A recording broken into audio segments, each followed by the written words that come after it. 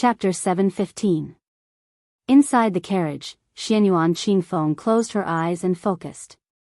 She looked indifferent, but in fact, her mind was in turmoil.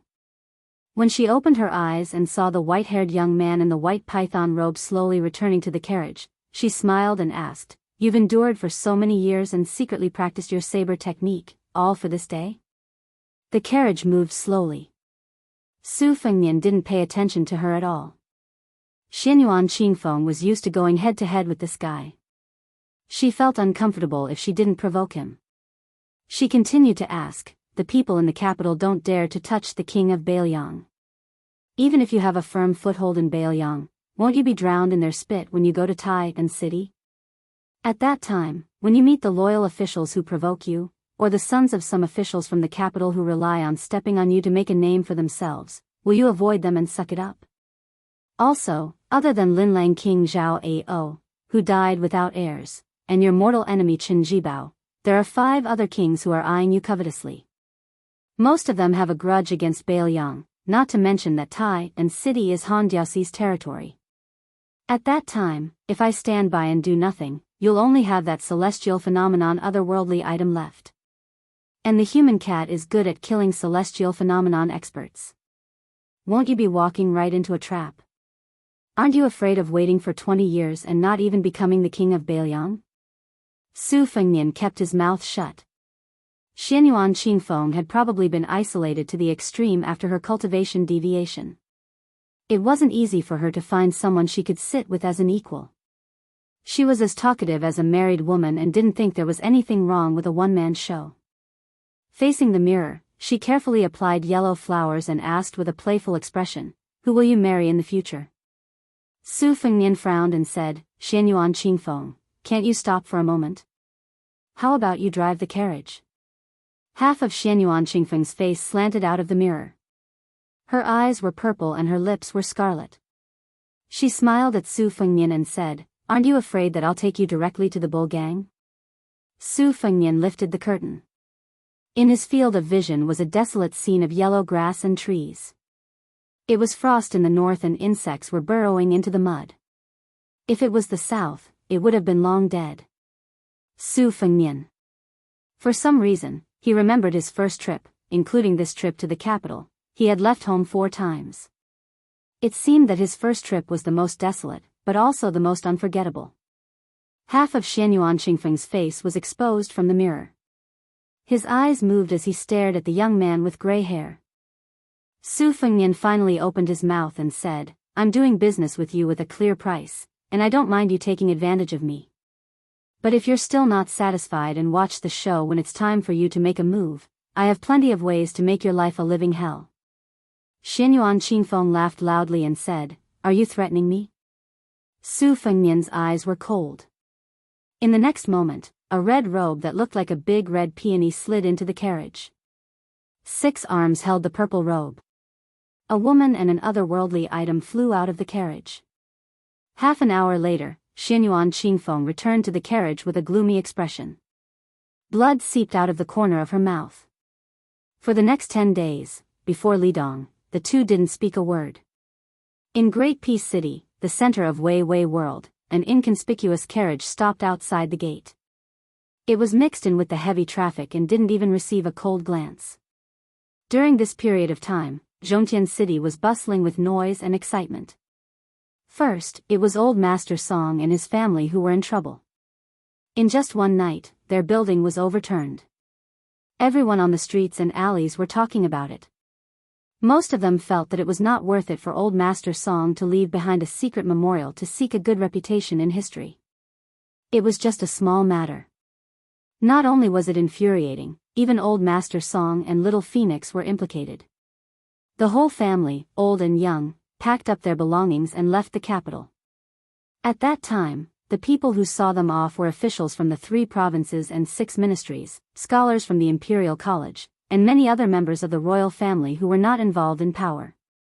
After the Song family lost power, it was time for the 5 princes to enter the capital. The Prince of Jiaodong, Zhao Sui, entered the capital first, followed by the Prince of Huainan, Zhao Yi, followed by the Prince of Guangling, Zhao Sun, the King of Jing'an, and Zhao Bing, the Prince of Yanqi. This made the Imperial Vassal Office, as well as the Minister of Rights and the Assistant Minister of Rights, very busy. They probably lost a few pounds of weight. But the biggest sensation was the white-robed Shen Jibao of Western Shu. When he rode into the city, it was the first time since the white-robed monk Li Dangxin that the streets were empty. It was the first time that the streets were empty since the white-robed monk Li Dangxin. That day was the Frost Festival. This war sage was dressed in white, riding a white horse, and drinking plum wine. Even the old enemies of Northern Liang, who had only heard of his name and never seen him before, were deeply impressed by his unparalleled scholarly bearing after seeing him with their own eyes. Not to mention, who knew how many women on both sides of the main street screamed and went crazy. The shrewd flower peddlers made a lot of money. They didn't care whether they recognized the white-robed man or not. They just closed their eyes and flattered him as much as they could. It was guaranteed that they would be able to swindle money from the noble ladies and daughters of rich families. When Su Fengnian lifted the curtain and looked up at the majestic city wall, he said calmly, "I didn't want to get off the pavilion of turning back, because I was afraid that I would let down their expectations. Your situation in Mount Huishan is different from mine in Beiliang. Sometimes I vent my anger on you. You're a heroine who aspires to reach the peak of martial arts. Don't lower yourself to the level of a common person like me, who isn't an expert." Xianyuan Qingfeng, who had originally planned not to say another word to him on this trip to the capital, suddenly said softly, "Why don't you just become the emperor? Before I can enter the heavenly phenomenon stage, I'll work for you." Su Fengnian smiled. "I suddenly thought of a good way for you to get back at me. After you get off the carriage, you start shouting that the Crown Prince of Beiliang is going to rebel and become the emperor. You'll definitely make me suffer." Without waiting for Xianyuan Qingfeng to speak, Su Fengnian waved his hand behind him and said, "Don't take it seriously." Su Fengnian said to Blue Bird, "Let's go to the Demoyai post house." Putting down the curtain, Xianyuan Qingfeng frowned. "You're not going to let the officials of the Ministry of Rights make a big fuss?" Su Fengnian smiled. The Minister of Rights, Lu Daolin, is related to the Su family by marriage. When the time comes, I'll just pay them a visit. Xianyuan Qingfeng smiled. It's true that national laws are inferior to family laws. Su Fengnian said helplessly, "Don't open a dye house just because I give you some color." Xianyuan Qingfeng suddenly asked, "Have you not spoken sweet words to a woman for many years?" Su Fengnian closed his eyes.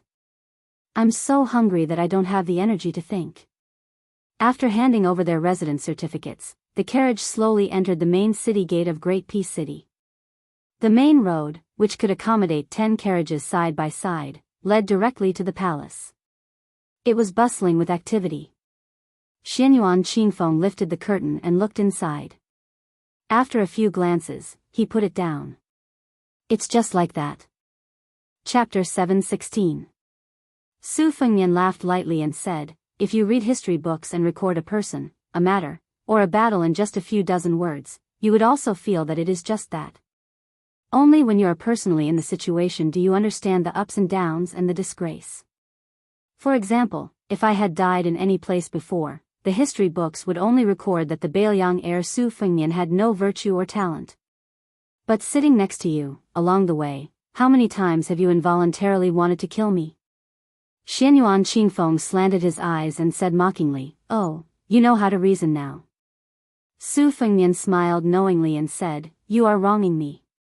Back when I was chased and beaten by your servants in the lantern market with Wenhua, did I not reason enough? I almost talked myself hoarse, but I still could not avoid a beating." The corners of Xianyuan Qingfeng's mouth rose slightly. Great Peace City was truly large. They had not even crossed half of the city from the main city gate of Great Peace City to the Xiamawi relay station, but it felt like they had already made several trips to any city in Beiliang. Tong Ziliang, the head of the Demoyai courier station, hadn't had a good night's sleep in the past half a day, afraid that he would miss the arrival of His Highness the Crown Prince. He was a former member of Northern Liang. Before he retired from the army, he wasn't considered a soldier and couldn't be called a general. Now that he was in charge of the courier station, he was like a fish in water. He had settled down in the capital, where every inch of land was worth its weight in gold. He was even more extravagant than many of the capital's old officials who couldn't afford to buy a mansion in their lifetime. He had bought a small residence in the southwest corner of the city, and his grandson had been studying for many years. Tong Ziliang hoped that the child would have some success in the imperial examinations, so he didn't have any greater wishes. His only regret was that the relay station had been replaced by new people. Today, other than him, who was an old member of the Bailiang army, there was no one else who could be considered a soldier under the general's command. In the past, he could always drink with his old brothers in the relay station. Now, he could not find anyone to drink with. Tong Ziliang stood under the dragon claw locust tree outside the relay station and waited. His subordinates all laughed at him for thinking too highly of himself.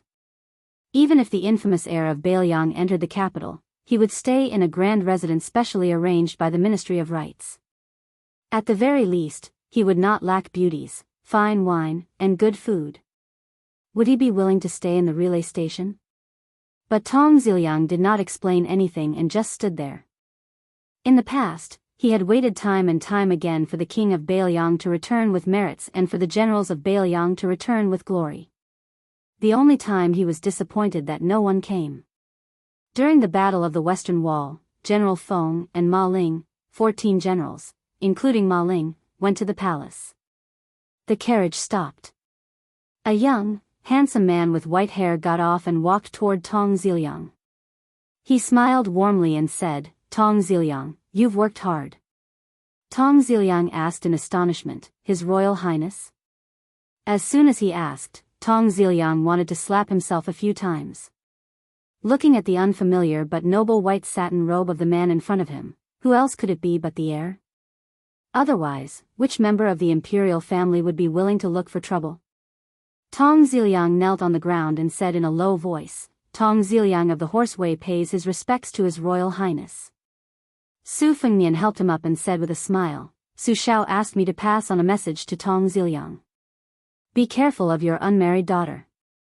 Don't let Su Fengnian meet her, lest he be harmed." Tong Ziliang stood up in a daze and couldn't help but laugh. It was difficult for him to restrain himself. Su Fengnian walked with him to the door of the post house and said, "I'll be staying here for the next few days. I'll come here however Su Shao used to come. There's no need to specially arrange anything." Tong Ziliang nodded and said, "I'll definitely do as His Royal Highness says." Behind him, Wu whispered, "Sir Ziliang, remember to give him more food." Tong Ziliang laughed and said, "Don't worry about that. There's enough food and meat." Behind them, Blue Bird and Xianyuan Zi were very eye-catching. Su Fengnian suddenly turned his head and saw a middle-aged poor scholar with a pure yang scarf on his head. Behind him was a handsome boy carrying a black sandalwood sword case. Su Fengnian first let Wu follow Tong Ziliang into the post house to eat. He walked toward the assistant minister of the Ministry of War who had become popular in the capital in just 2 years and said with a smile, "Greetings, Sword Immortal Tang Shi." The assistant minister of the Ministry of War, Lu Baijie of the Lu family. Sword Immortal Tang Shi smiled and said, "Fortunately, Your Highness didn't ask this rotten scholar about benevolence and morality. Now that I'm an official in the capital, I've been called assistant minister so many times that I've almost forgotten that I'm a swordsman. That's why I purposely let my boy servant come with a sword. I wanted to disregard the dignity of an elder and exchange swordsmanship with you, but I didn't expect to be humiliated." Su Fengnian flattered, "Assistant Minister Lu has a unique insight." Lu Baijie shook his head helplessly and said, "After becoming an expert, I've become more thick-skinned." Su Fengnian accepted all these words and asked, "Shall we go in and have a seat?" Lu Baijie nodded and said, "I'd like to ask you about the way of the sword." Su Fengnian blushed and said, "Uncle Lu, aren't you afraid of being blind?" Lu Baijie said indifferently, "Not to mention that Li Chungang personally taught me the two-sleeved green snake and Dong Tai gave me the 12th sword, even if I, Lu Baijie, am a frog at the bottom of a well. I should know that even if the 5th raccoon stood there and let me stab him a few times, I might not be able to kill him." Su Fengnian was silent. Lu Baijie joked, "Don't worry, no one in the capital believes that you really killed the mountain master of Mount Bubang. They all say that it was done by the king of Baoyang's men of sacrifice. It has nothing to do with you. Su Fengnian was about to speak when the boy servant with the sword on his back shouted in shock, "Teacher, there's a ghost on the locust tree." Lu Baijie turned around and knocked him on the forehead. A red robe was hanging on the lush dragon claw locust tree. Lu Baijie didn't even look at it and said softly, "Xianji." Su Fengnian shook his head and said, "It's already a celestial phenomenon." Lu Baijie laughed and said, "I'm indeed worthy of being called a frog at the bottom of a well." Su Fengnian held back his laughter. Lu Baijie was puzzled. When she saw the woman in purple from Mount Huishan, she sighed deeply. Even with Tangxi's sword immortal's excellent state of mind, she couldn't help but have mixed feelings. She went straight to the point and said self-deprecatingly, "In the officialdom, there are only old men with white hair and eyebrows. After seeing you today, I know that a little success in the officialdom will lead to a big disappointment in martial arts. If I had known earlier, I wouldn't have come." It was late autumn and the capital was clean. Tong Ziliang, the post-house keeper, saw that there were many people, so he simply moved the table to the courtyard and did everything himself. He didn't give anyone in the post-house a chance to get close to Su Fengnian. The locust tree in the courtyard and the dragon claw locust tree outside were a pair. The people at the table under the tree were Su Fengnian, who had come to the capital to observe the ceremony, Lu Baijie, Mount Huishan Xianyuan Qingfeng, Blue Bird, the young man of sacrifice, and the boy servant with the sword on his back. There was one more. The boy servant pointed at the gloomy locust tree with a pale face and said with grievance, "Teacher, look, I didn't lie to you. There really is a female ghost on the tree." Chapter 7:17. There was a table of people under the tree and a ghost on the locust tree. One was a happy face and the other was a sad face. This time, Lu Baijie was too lazy to reprimand him. After Tong Zhuhui left the courtyard, he opened his mouth and said, "Since I already know that Mr. Chao is bringing Princess Jiang Yan to restore West Chu, I have been targeting the Guangling Road's deployment ever since I entered the Ministry of War. If your Highness has the opportunity to see Mr. Chao, I hope that you can apologize for me. This is indeed my duty, I cannot watch with folded arms." Su Fengnian smiled casually and said, "I saw Chao Qingyi once outside the Iron Gate Pass. I'm afraid I won't have the chance to see him again in the next few years. Besides, he may not care about this." Lu Baijie heard the words, Iron Gate Pass, and remained calm. She finished her meal in the dusk and put down her chopsticks. She said softly, "Q sword." Su Fengnian sat where he was and nodded. Xianyuan Qingfeng and Blue Bird were sitting at the table with their hands behind their backs. Only Wu was still eating. After the servant took off the red sandalwood sword case and respectfully handed it to Tang Shi, he ran to the door of the courtyard furthest away from the dragon claw locust tree.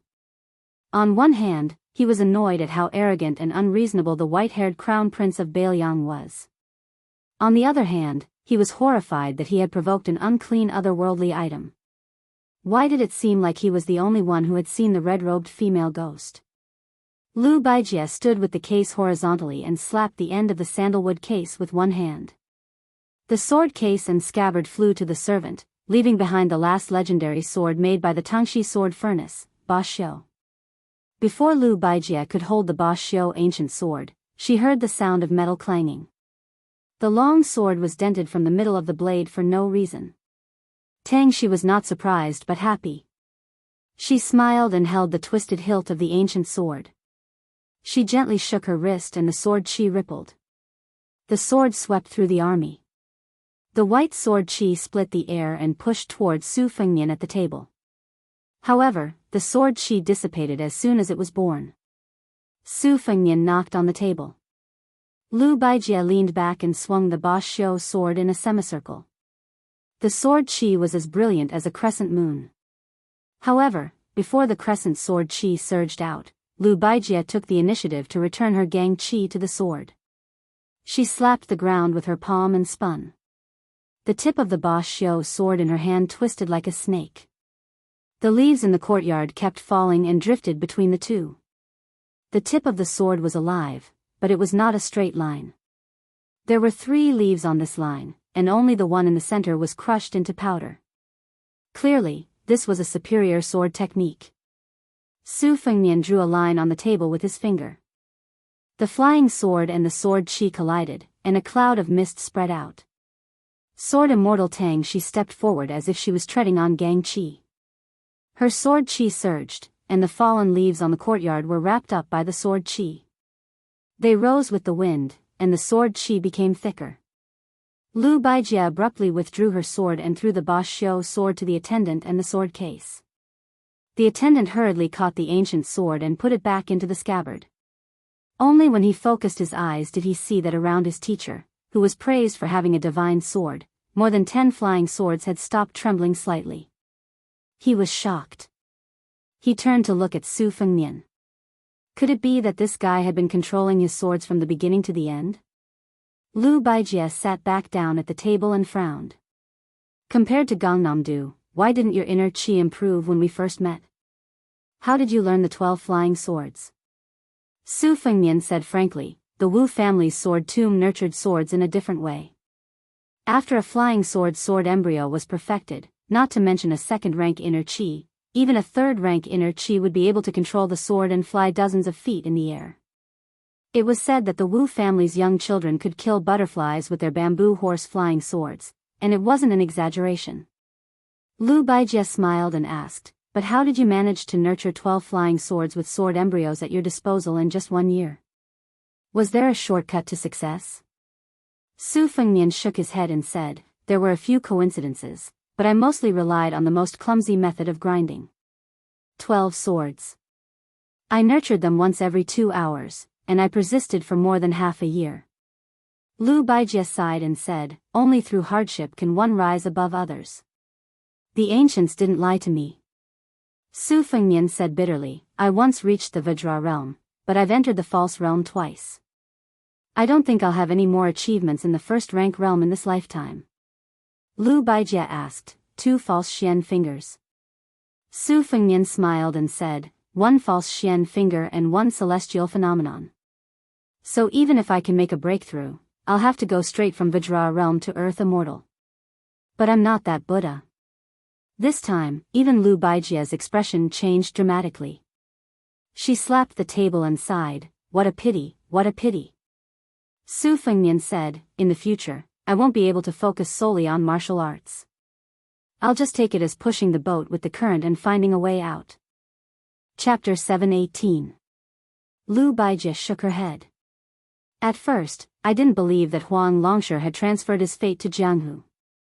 But now, the younger generation has sprung up like bamboo shoots after a spring rain. Whether it's innate talent or fate, they're far better than they were in the past 60 years.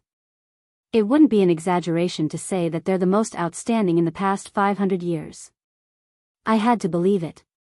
I had high hopes for you, hoping that one day you'd be one of the top 10 in the world. This time, I asked you for the sword because if you didn't disappoint me after you answered the sword, I'd pass on my master Yang Yuzhang's sword and the Ba Xiu sword to you.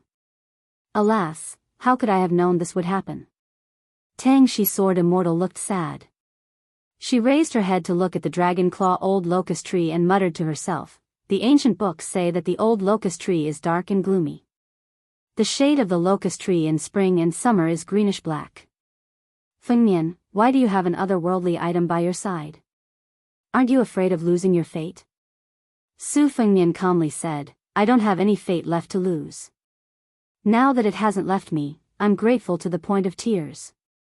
As for whether it's grateful because it has just gained intelligence, or whether it thinks I'm still a rare commodity, it doesn't matter to me. With this celestial protective talisman, I'll feel more at ease when I enter the capital. Lu Baijie nodded and suddenly smiled. Do you know who the most eye-catching swordsman in the capital is? Su Fengnian asked, isn't it Qi Jiajie and Bai Jiangshan, the famous old foes of Great Peace City? I remember that Qi Jiajie blocked your path with his sword when you entered the capital. Lu Baijie shook her head and said, not these two, but a previously unknown wanderer who challenged the current sword champion of the Wu clan, Wu Luding. It seemed like he was picking up a soft persimmon, so he bypassed Wu Luding and challenged his female sword attendant. Unexpectedly, both of them became famous in a single battle. The woman named Shuihua actually used the two-sleeve green snake that became a legend after the death of the god of swords, Li Chungang. As for the wanderer, he was also quite good. It was said that he only used 2 swords, and even though he was defeated, it was still an honorable defeat. I missed that match. Later on, the wanderer went to challenge by Jiang Shan and Qi Jiajie for 2 more matches. I personally went to watch both matches. This young man's swordsmanship is extraordinary. Those 2 sword moves can be said to be the pinnacle of swordsmanship. It's as if when one cultivates the sword to such a level, one would be able to stand at the very top and look down on all the other mountains, and one would no longer have the desire to climb to the top to admire the scenery. But everyone can see that no matter who he fights, he only has the ability to use 2 sword moves. Back when Wang Xianji first entered Jianghu, she walked the complicated path of learning from various masters. That young swordsman is different.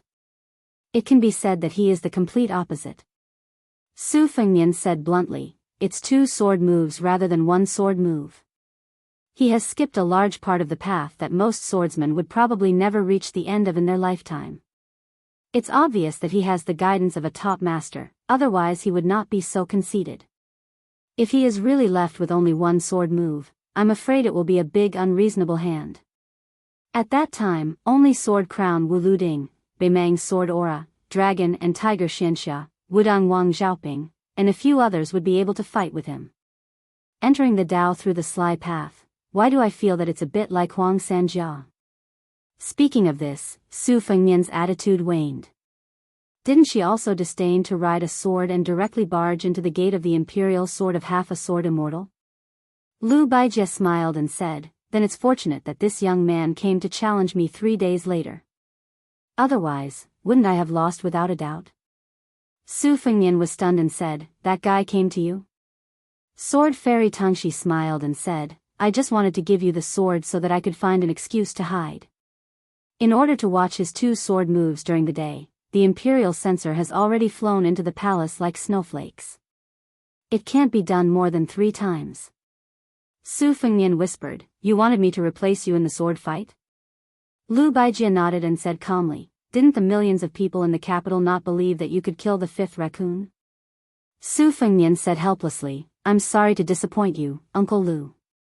Lu Baijie did not say anything to comfort him. Instead, she added fuel to the fire and said, that's why it's better for me to personally participate in this sword fight.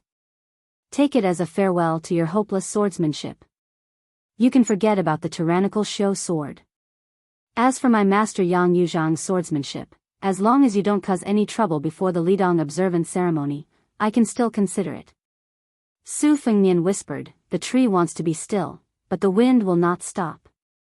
With a sigh, Lu Baijie got up and left. The little attendant did not dare to underestimate the white-haired young man like before. He hurriedly followed his teacher out of the yard, feeling wronged and suspicious. He lowered his voice and said softly, Teacher. Sword Fairy Tangxi gave him another chestnut. If you have a clear conscience, there are no ghosts.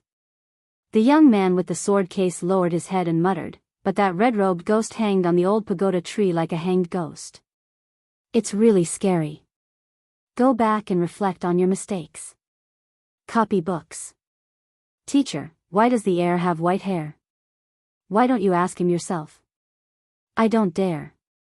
He already knows how to use a flying sword. I didn't treat him well in Gangnam-do either. What if he's narrow-minded and comes to take my head with his sword? Who's going to carry your sword for you in the future? Didn't you also not believe that he killed the master of Troop Raising Mountain? You even made a bet with Xiao Chu in private. How much did you lose? Hey, it's only a few coins of silver. I think I lost too little. Look at you. When you're young, you're lucky to have met the girl you like. If you're confident that you can make her happy and stable in the future, then hurry up and say it. I haven't studied enough. I'm not learned enough, and I haven't learned the sword art well. Teacher, why don't we do it a little later?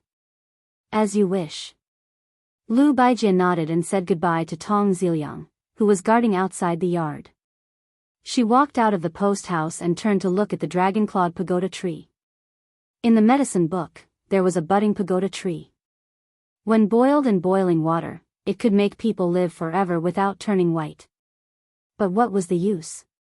The children of the Su family realized that the one who suffered the most was Su Fengnian. Chapter 719. Under the shade of the old pagoda tree, Xianyuan Qingfeng asked tentatively, "Is the person visiting Horseway your Uncle Lu, or the Assistant Minister of the Ministry of War, Lu Baijie?"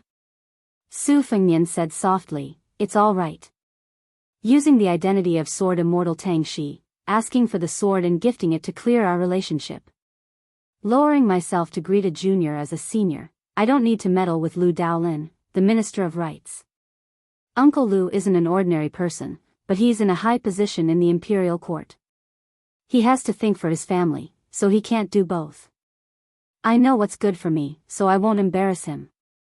If it were anyone else, they wouldn't dare to visit me personally under the emperor's nose. They'd probably just find someone to pass on the message to Horseway. Xianyuan Qingfeng sneered, "Officials are indeed much more cunning than the Yellow River." Su Fengnian laughed, "That's already considered simple and straightforward." Xianyuan Qingfeng skimmed over this foul matter and asked curiously, "Who do you think will be the first to come to Horseway to make trouble for you?" Su Fengnian thought for a moment, then said slowly, "There are many influential people in the capital, but those who dare to come to my door directly can be counted on one hand. Princess Sui Zhu, who is absolutely irreconcilable with me, is definitely one of them. Then there are a few others." As he said this, Tong Ziliang knocked on the door a few times, then reported, "Your Highness, Her Highness the Princess is visiting Horseway incognito." Xianyuan Qingfeng was stunned.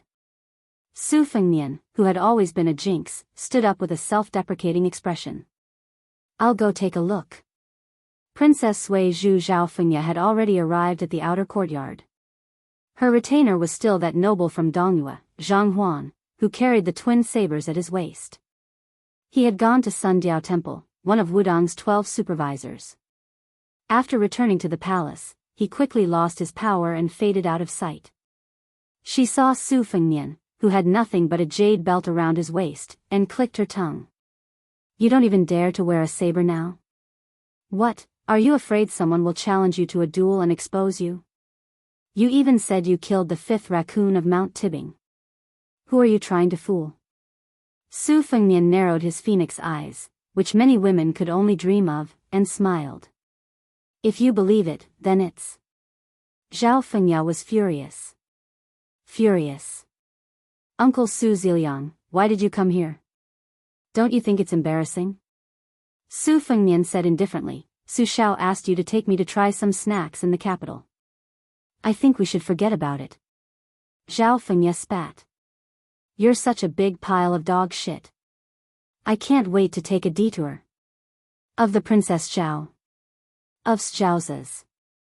Of the of the of the of the of. Of the. Of the. Fengya of you. Of the. Of the of. Of. Is. Of. Xianyuan Qingfeng stood behind Su Fengnian with a smirk. He was obviously gloating. Zhang Huan, who had 2 Changdang swords at his waist, did not dare to let his guard down when he saw Su Fengnian. When he saw the young lady in purple, it was as if he was facing a great enemy.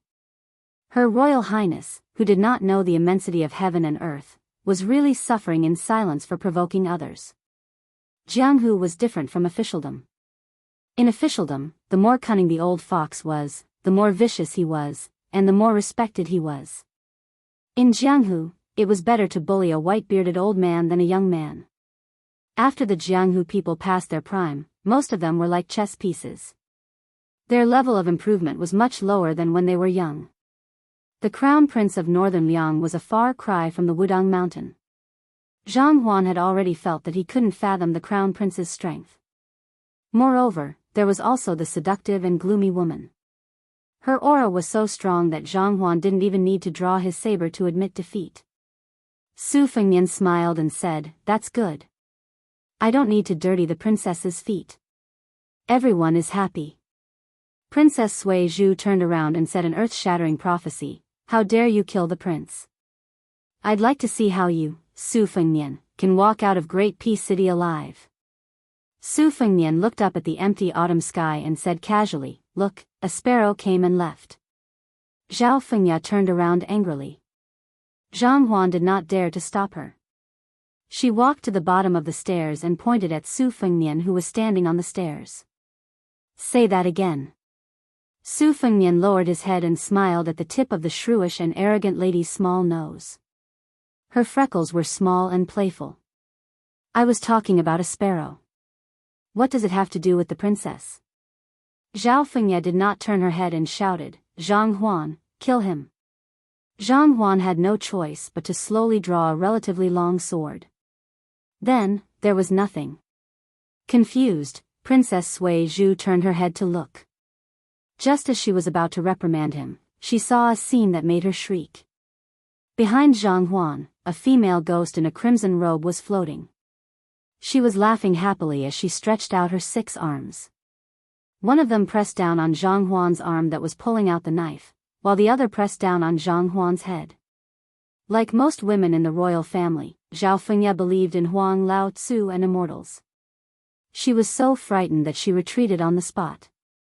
She knocked against the stairs and fell backward. She subconsciously closed her eyes to wait for the pain, but she fell into a warm embrace.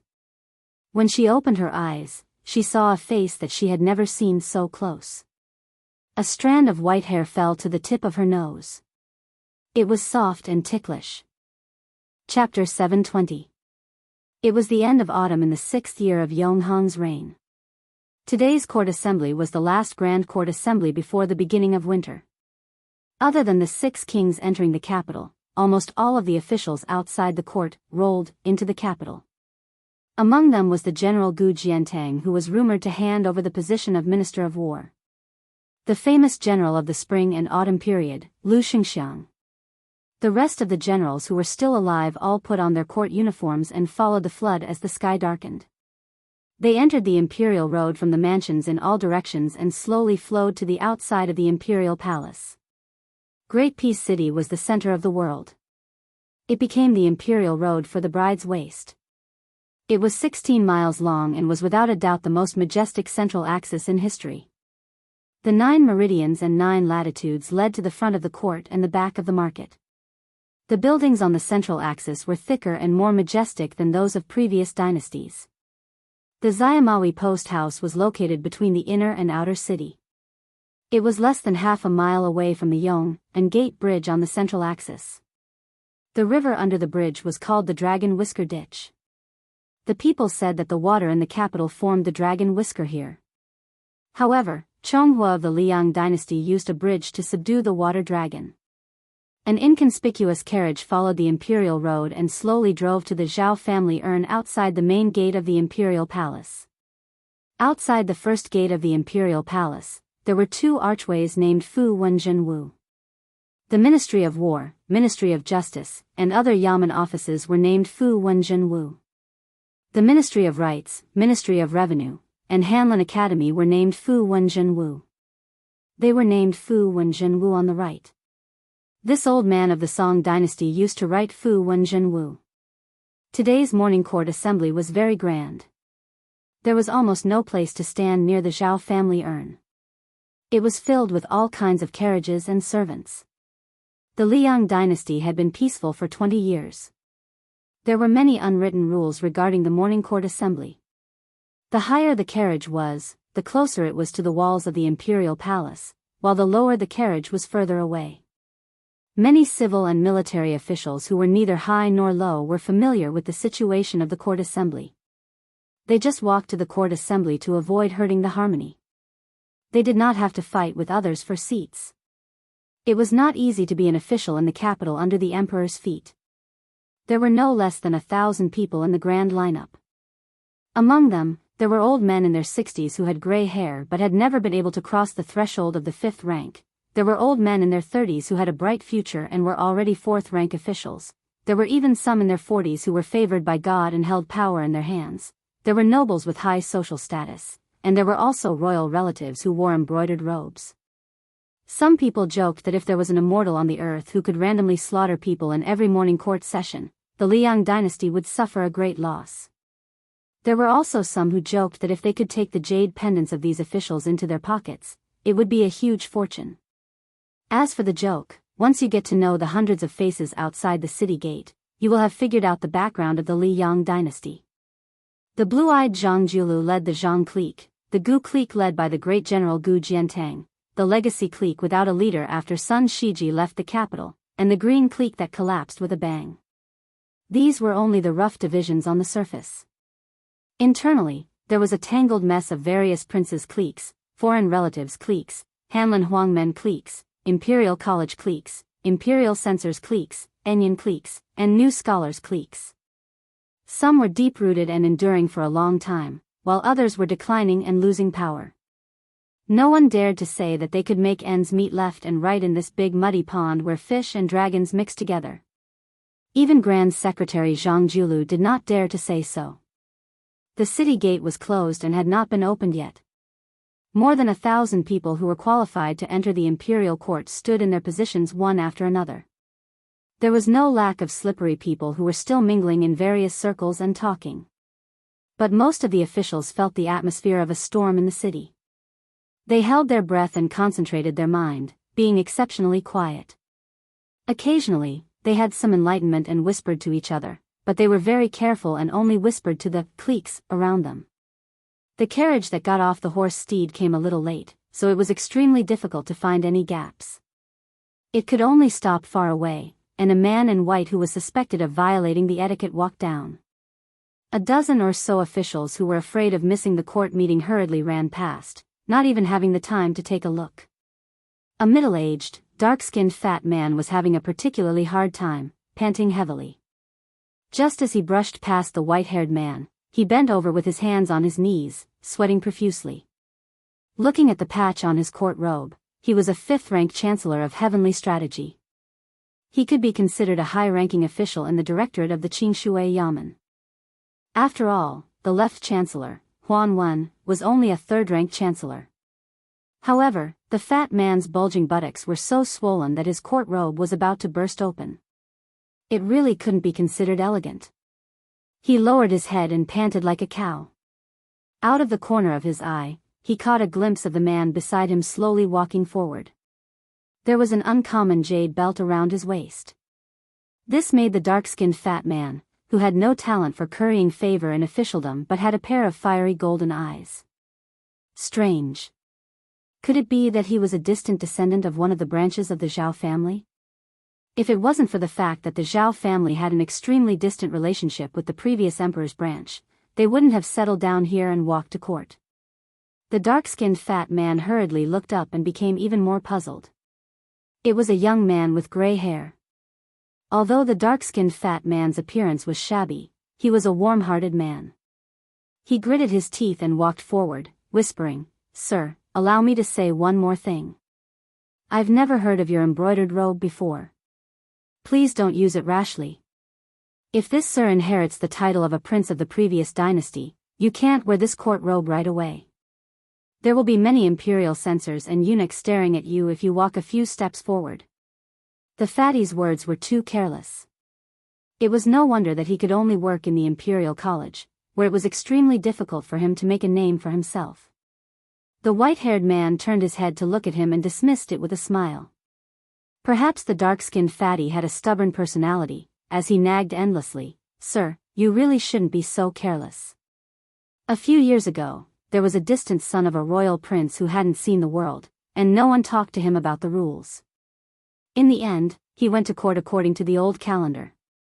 Before he even entered the door, he was stripped of his official robe and demoted 2 ranks on the same day. Today is the most important court session in more than a decade. Sir, you really should listen to my advice and quickly go back and change into a set of court robes. It's better to be late and be punished than to be wrong and be beaten. I see that official robe of yours. If placed in the current Yonghong era, only the Prime Minister and some of the great scholars would wear it to court." The white-haired man frowned and walked forward in silence. The dark-skinned fatty who was walking on his right caught a glimpse of the saber hanging at the young man's waist. He slapped his thigh hard and said with a sad face as if his family had suffered a disaster, "I say, sir, You really can't be a coward anymore. Going to court with a saber, you are. The white-haired man in the white official robe was naturally the crown prince of Bailiang, Su Fengnian, who was attending the court session of Liang for the first time in his life. He chuckled softly and said, Mr. Chancellor, are you saying that I'm courting death?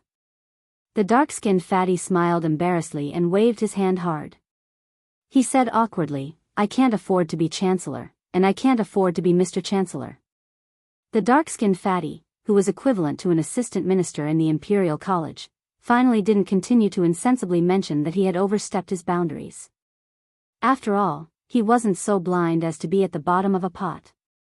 However, it was obvious that the dark-skinned fatty was worried about being implicated. He subconsciously distanced himself from Su Fengnian, but his conscience was really tormenting him. After walking for a while, he took only 50 or 60 steps and said in a low voice with a bitter face, I say, sir, may I take the liberty to ask, where do you work? Do you have a solid backer in the court? Can you talk to a noble in the palace? If you don't have the last two, I really advise you not to go to the morning court. The capital is not like other places. There are many rigid rules. Chapter 721. Su Fengnian, who had a Bailiang saber hanging from his waist, chuckled softly. This is indeed my first time entering the capital. No one has reminded me of the rules. My father is still alive and this set of clothes was sent to my residence by the imperial court at the last minute. I shouldn't have broken any rules. As for the saber, if it really did break the imperial court, I'll just take it as a lesson. At worst, I won't enter the city gate or go to the palace hall and leave the capital with my tail between my legs. In any case, when I entered the capital, I didn't see any officials from the Ministry of Rights receiving me. Hearing that the python clothes were newly bestowed by the imperial court, the dark-skinned fatty felt as if a heavy burden had been lifted off his shoulders. He thought that this young man, who didn't know the fierceness of a tiger, would definitely be stopped outside the city gate. Mending the pen after the sheep were lost, he raised his thumb and praised, let's not talk about other things.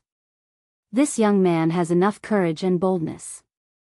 Su Fengnian and the dark-skinned fatty walked together, slowly walking at the end of the central axis of the road. Although the dark-skinned fatty was poor as an official, he was still a noble who had entered the first-class Imperial College. He still had the qualifications to walk a few dozen steps forward. Don't underestimate the significance of these few dozen steps. How many officials in the capital were ranked at the bottom the first time they entered the imperial court? They stood at the furthest distance and still ended up so miserable on their last visit.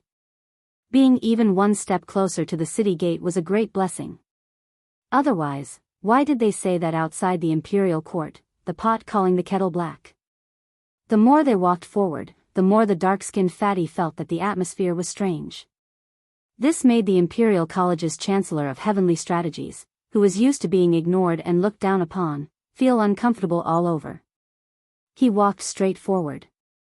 Following the young heir who had popped out of nowhere, it was as if they were splitting the river and cutting the waves. Some of the officials who had originally looked down on him with their noses in the air now had complicated expressions in their eyes. Their expressions were abnormally stiff. They tore apart the line on both sides and retreated a few more steps. The dark-skinned fatty had already seen the faces of most of his colleagues in the Imperial College. Just as he was about to sneak in and shut his mouth as usual, he saw that the left chancellor of the Imperial College, Huan Wen, was actually not with the Grand Secretary this time.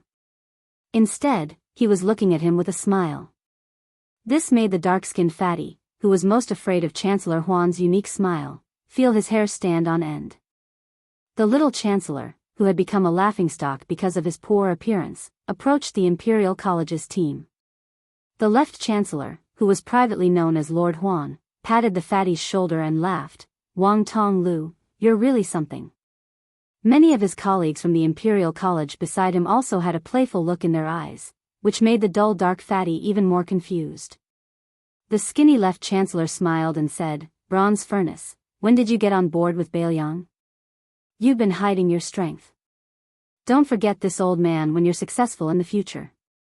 Wang Tong Lu scratched his head in confusion and asked in confusion, Old man, what are you talking about? I don't understand. Huan cast a sidelong glance at the young man who should have died in the womb 21 years ago. He curled his lips and joked, "Look at that one.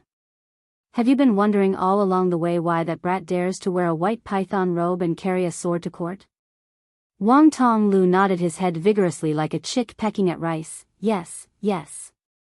I've been trying to persuade him for a long time, but that young master only smiled at me and didn't listen to me. It made me very anxious." Even though the left chancellor had experienced the ups and downs of the officialdom, he didn't know whether to laugh or cry having such a slow-witted subordinate. He slapped Wang Tonglu's shoulder heavily and said, "You idiot, you must have gone silly from helping to compile the new calendar. Didn't you see that on the way here, everyone looked at you as if you were the god of plague?" Wang Tonglu was so anxious that his face flushed red. One could see the redness on his black charcoal face, which was enough to see that he was burning with impatience. "Old man, don't keep me in suspense. If you don't tell me, I'll say my stomach hurts and I don't dare to go to court." The left chancellor laughed loudly. "That brat is the Bailiang heir who was said to have taken the heads of Su Huainan and Diwu Raccoon. This fox assuming the tiger's might is a once-in-a-century occurrence." The dark fatty's legs went soft. Fortunately, Huan Wen was there to support him. The old man laughed angrily. "Quickly stand up straight. I'm already so old, I can't support your 200 pounds of autumn fat." Wang Tonglu stretched his neck to look at that snow-white back and said as if he was mourning for a loved one, "Old man, my stomach really does hurt." The left chancellor Huan Wen had always been known to be protective of his calf among the important officials of the capital. He scolded jokingly, "What a disgrace. To think that your body of talent and your body of flesh are of the same weight. In a moment, you'll follow behind me." Wang Tonglu's legs swayed and he said dejectedly, "Oh." A fan-shaped scene appeared outside the main gate of the imperial city. It was led by Grand Secretary Zhang Julu and General Gu Jiantang.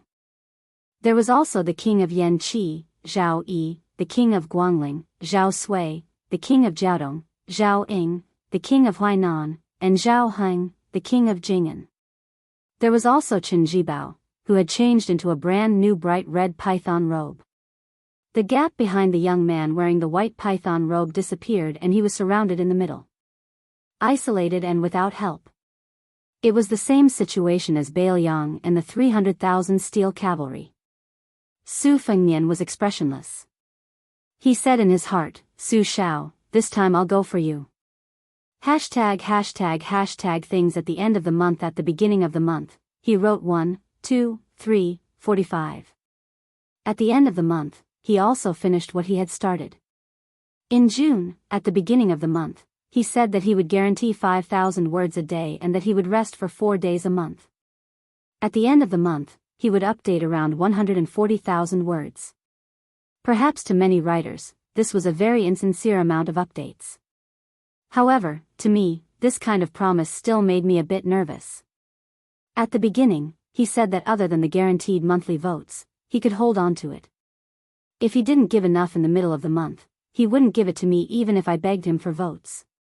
As a result, as of yesterday, on the 26th, he had already written close to 165,000 words.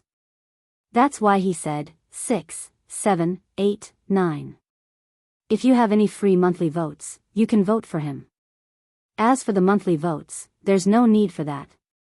This month, everyone worked very hard. Even if my updates exceeded expectations, in my own opinion, it was far from what you all paid for it.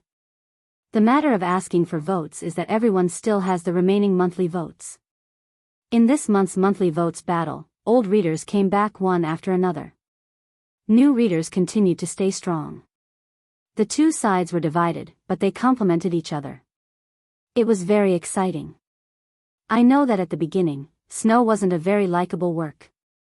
Xuanhuan wasn't Xuanhuan, Wuxia wasn't Wuxia, it was all in one pot. However, I was very happy when I wrote Snow. I was happy that I didn't encounter any major bottlenecks. I was happy that I silently picked up my character. I was happy that many new readers joined in. I was happy that new readers occasionally didn't understand my updates. I was happy that you all argued or explained things for the sake of the story.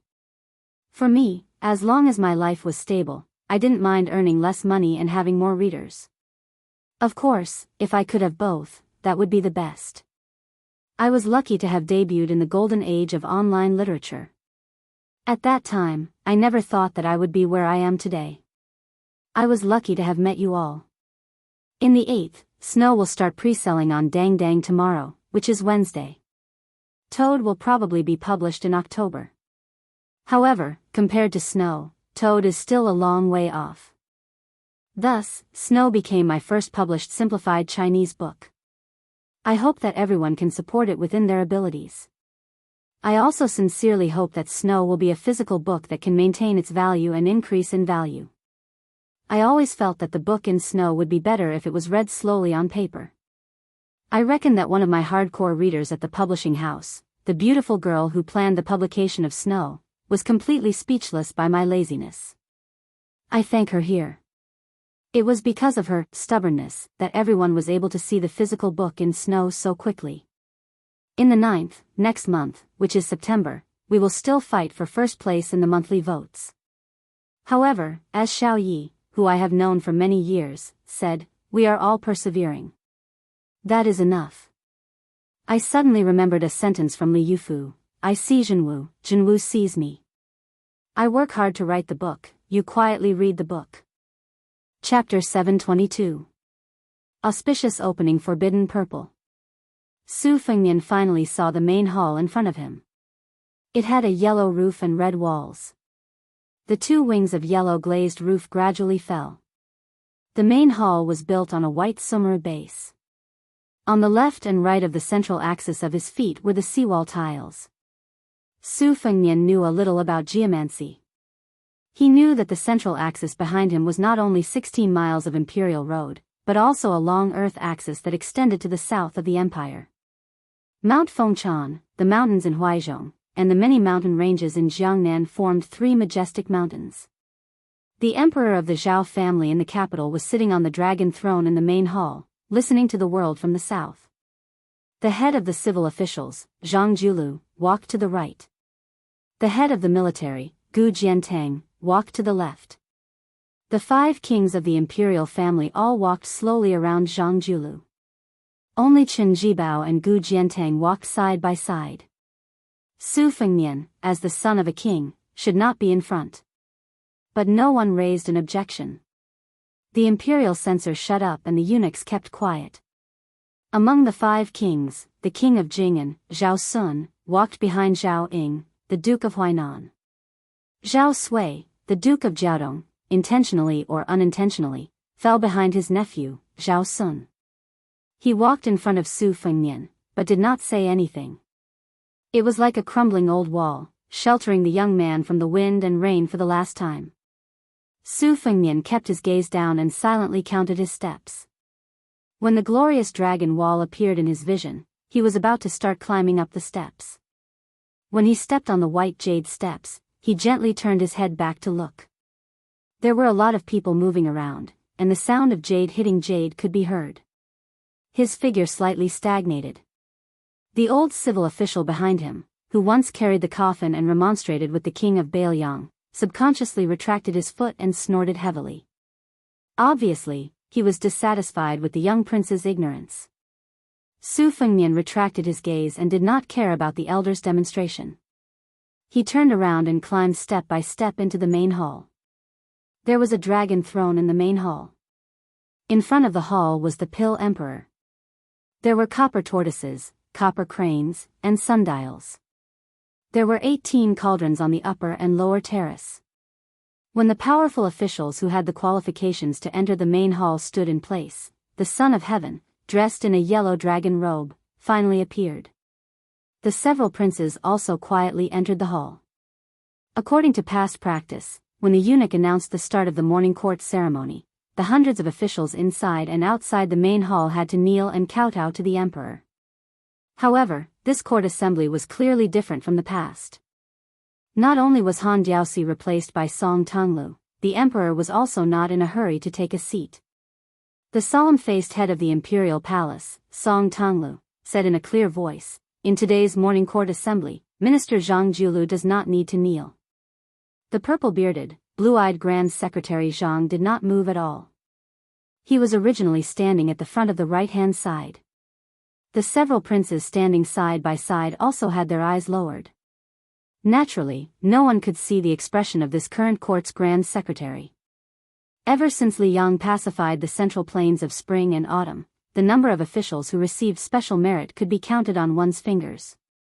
Counting on one's fingers, there were only 3 people. The old Grand Secretary, Zhang Julu's respected teacher, did not need to kneel to the Son of Heaven in the court assembly.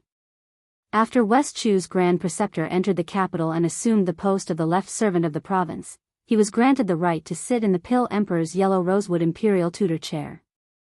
Only, the elder had never sat down even once. Then there was the king of Bailiang, who used to be a pillar of state, who did not kneel in front of the emperor, who did not kneel in front of the emperor, who did not kneel in front of the emperor. Of the 3, only the civil and military official Su Shao, who relied on his military achievements, was the most impolite, so he naturally attracted criticism. Great General Gu Jiantang does not need to kneel. Song Tonglu's deep and resounding voice that didn't seem like a eunuch's continued to pass down. The first person on the left in the main hall, the Minister of War Gu Jiantang, lowered his head slightly as a way of expressing his gratitude. Everyone in Liyang criticized Su Shao for being disrespectful in everything. Most of them also felt sorry that this great general, who was also an important official with meritorious service during the spring and autumn period, could not fulfill his ambitions and was trapped in the post of Minister of War for 18 years.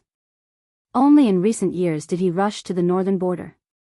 Everyone in the court felt that the Son of Heaven was wise. With Gu Jiantang guarding the northern gate of the capital, Li Yang could naturally rest easy without worry. However, nowadays, there were constantly rumors coming out of the capital's prestigious mansions that Great General Gu was about to step down from his post as Minister of War. This made many people start to mutter again, hoping that Minister Gu's military power would not be taken away as well. Now that the military town at the northern border had just improved slightly, could it be that they were going to burn the bridge after crossing the river? That would be killing the donkey after it had outlived its usefulness. War Saint Chen Jibao does not need to kneel. In the future, during the court assembly, Chen Jibao may enter the hall in civilian clothes and with a sword at his side. Chen Jibao's face was expressionless. However, the pillars of the court all sucked in a breath of cold air. Some of the younger officials, perhaps because they had heard the older generation talk about how the current emperor regarded and respected the little butcher, most of them did not think much of it. Today, they had thoroughly experienced it. Chen Jibao currently did not have the title of king or an official position. Fine, then he would directly confer the title of war saint in front of the court officials. These 2 words carried even more weight than not kneeling in front of the emperor. It was clear that Chen Jibao's position in Liyang, which unified the spring and autumn period, was almost equivalent to one of the spring and autumn period's 13 armors, Yi Baikue, to West Chu. Previously, when the 5 kings entered the capital, the emperor did not give them any special treatment. Only when a white horse in white clothes and plum wine from West Chu entered the capital, the emperor personally came out of the palace to welcome them. Now, he even wore civilian clothes and had a sword at his side to attend the court assembly, becoming the 4th person after Su Zhao's old Grand Secretary Sun Shiji. Chen Jibao's special honor could be said to be at the peak of perfection. Yan Qi King Zhao Bing does not need to kneel. The king of Yan lowered his head and said softly, "Thank you for your grace." The Imperial College's left chancellor, Huan Wen, does not kneel. The wizened old man, Huan Wen, gave a carefree smile and calmly accepted it. Huan Wen was an anomaly in the Liang imperial court. He was famous for not fighting. Not fighting once was nothing, but Huan Wen had not fought for more than half his life. Back then, among the old Grand Secretary's favorite students, Huan Wen's poetic talent was publicly acknowledged to be above Zhang Julu's. Before the old Grand Secretary passed away, Ku Enyan alone entered the Hanlin Academy as the Yellow Gatekeeper. It was said that it was Huan Wen who gave the position to Bai Yan while he sneaked out of the capital and became a small foreign official, slowly climbing up the ranks without arrogance or impetuousness. Afterwards, when he returned to the capital to resume his post, the emperor originally intended for him to enter either the Ministry of Personnel or the Ministry of Rights. However, at that time, those two third-rank high positions just happened to be his close old friends. As a result, Huanwen ran off to the Imperial College to serve as the chancellor. Behind closed doors, he wholeheartedly studied knowledge. When it came to the imperial court's important officials, their reputation was high and they could be mentioned on equal terms with Huanwen. However, in their later years, this old man Song's son and the current Minister of Rights, Lu Daolin, were just a few people. Xiongzhou Xiao Baifeng does not kneel. Chapter 723. A scholarly old man at the back bowed slightly in return, neither servile nor overbearing. Yao Baifeng had always been a free and unfettered scholar in the Liang dynasty. He himself was a first-rate Confucian scholar, one of the 5 heroes of the Yao school. His reputation was no less than the 3 heroes of the Song school. He even used his home school to contend with the private school of Qi Yanglong of the Inshua Palace. When Zhang Julu was young, he had asked Master Yao many times. When Bai Yan turned 20, he carried his books and traveled to study. The first place he went was the Wenji building of the Yao family in Xiongzhou. Yao Baifeng devoted his life to transforming the essence of Confucianism into national studies. He had students all over the world.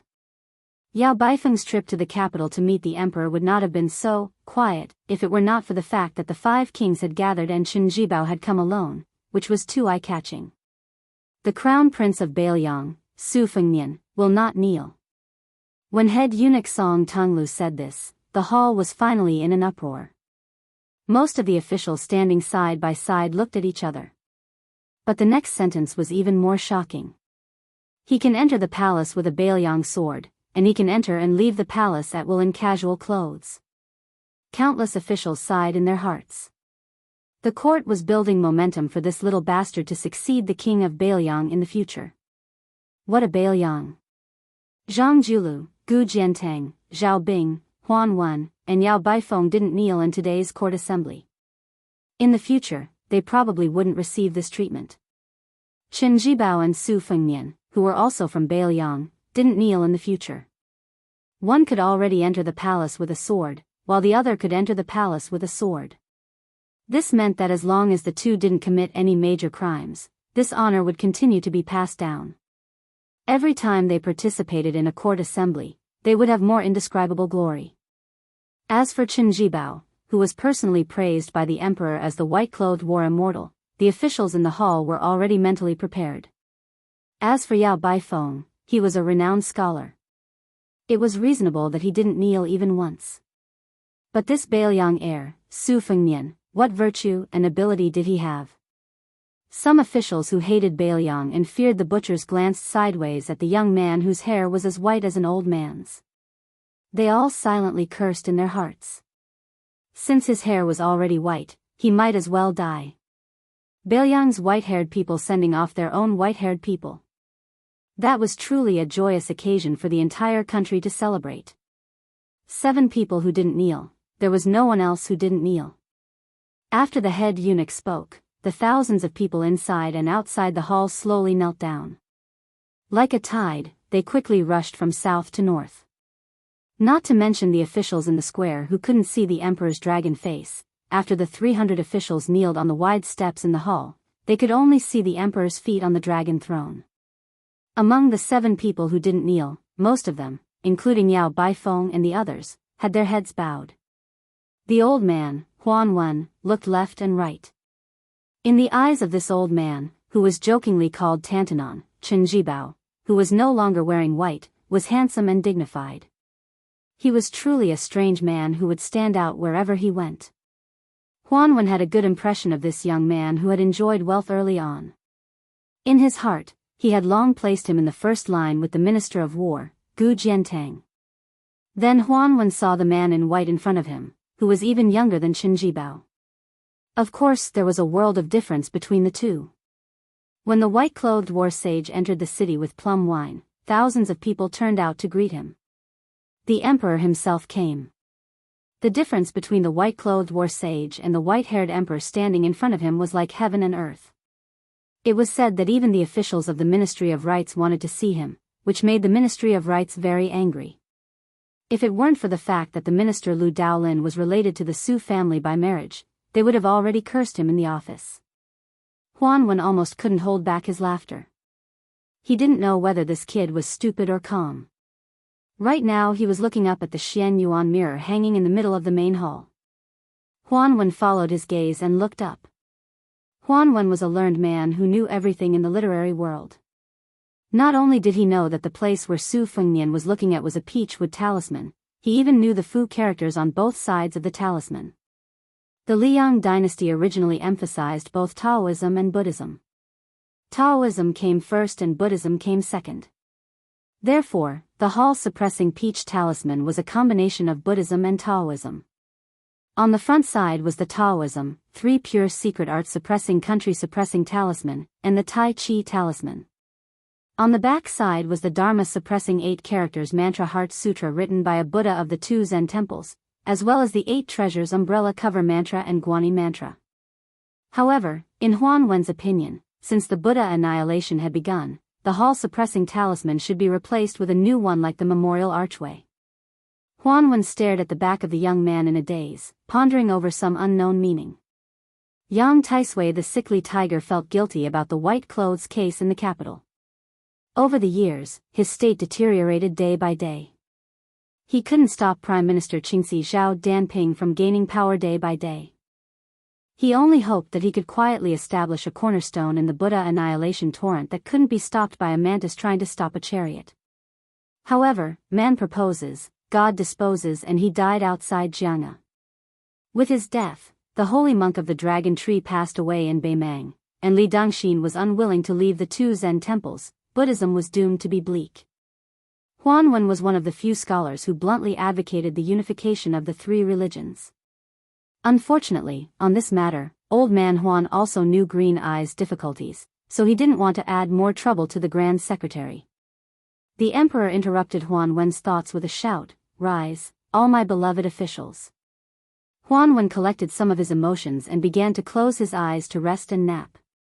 The old man had already known about the shocking news from the morning court, so there was no need to talk about expectations. Although he was also involved, Huan Wen had long been accustomed to the mandate of heaven, so he didn't find it strange. Today, no one dared to be tactless and talk too much. They could only listen attentively. Imperial edicts were issued one after another. Looking at the expressions of the civil and military officials, one could tell that there would soon be an aggressive shaking of the court and the common people. Promote the left chancellor of the Imperial College, Huan Wen, to the left push of the province and be conferred the title of Grand Secretary of the Wenting. Promote Yao Baifeng to the left chancellor of the Imperial College. Promote Jean Lanting to the right chancellor of the Imperial College. Gu Jiantang will be relieved of his post as Minister of War and be conferred the title of Great Pillar State, in charge of the military and politics of the northern region. Promote Lu Xingxiang to the Assistant Minister of War. Confer Yan Jieshi to the Grand Secretary of the Dongyuan Pavilion. The last imperial edict was, Chen Zhibao is in charge of the Minister of War. In the future, if there is an external post, he can also lead the Ministry of War. At this point, Chen Zhibao turned his head and looked to the right. It just so happened that someone was looking to the left. On the dragon throne, the emperor had a playful look in his eyes. Chapter 724. The court session was dismissed with a light sentence. Nothing happened in the hall, but the entire dynasty was in a storm. Any single promotion today would be enough to make the capital talk about it for months to half a year. But once it happened, it was easy to make people dumbfounded. Hundreds of court officials stood up and slowly walked out of the hall. Most of the old people went to congratulate Huan Wen, grandfather Huan, who had been transferred to become the left servant of the province. Regarding Tantanon's promotion, it could be said that they were happy to hear about it.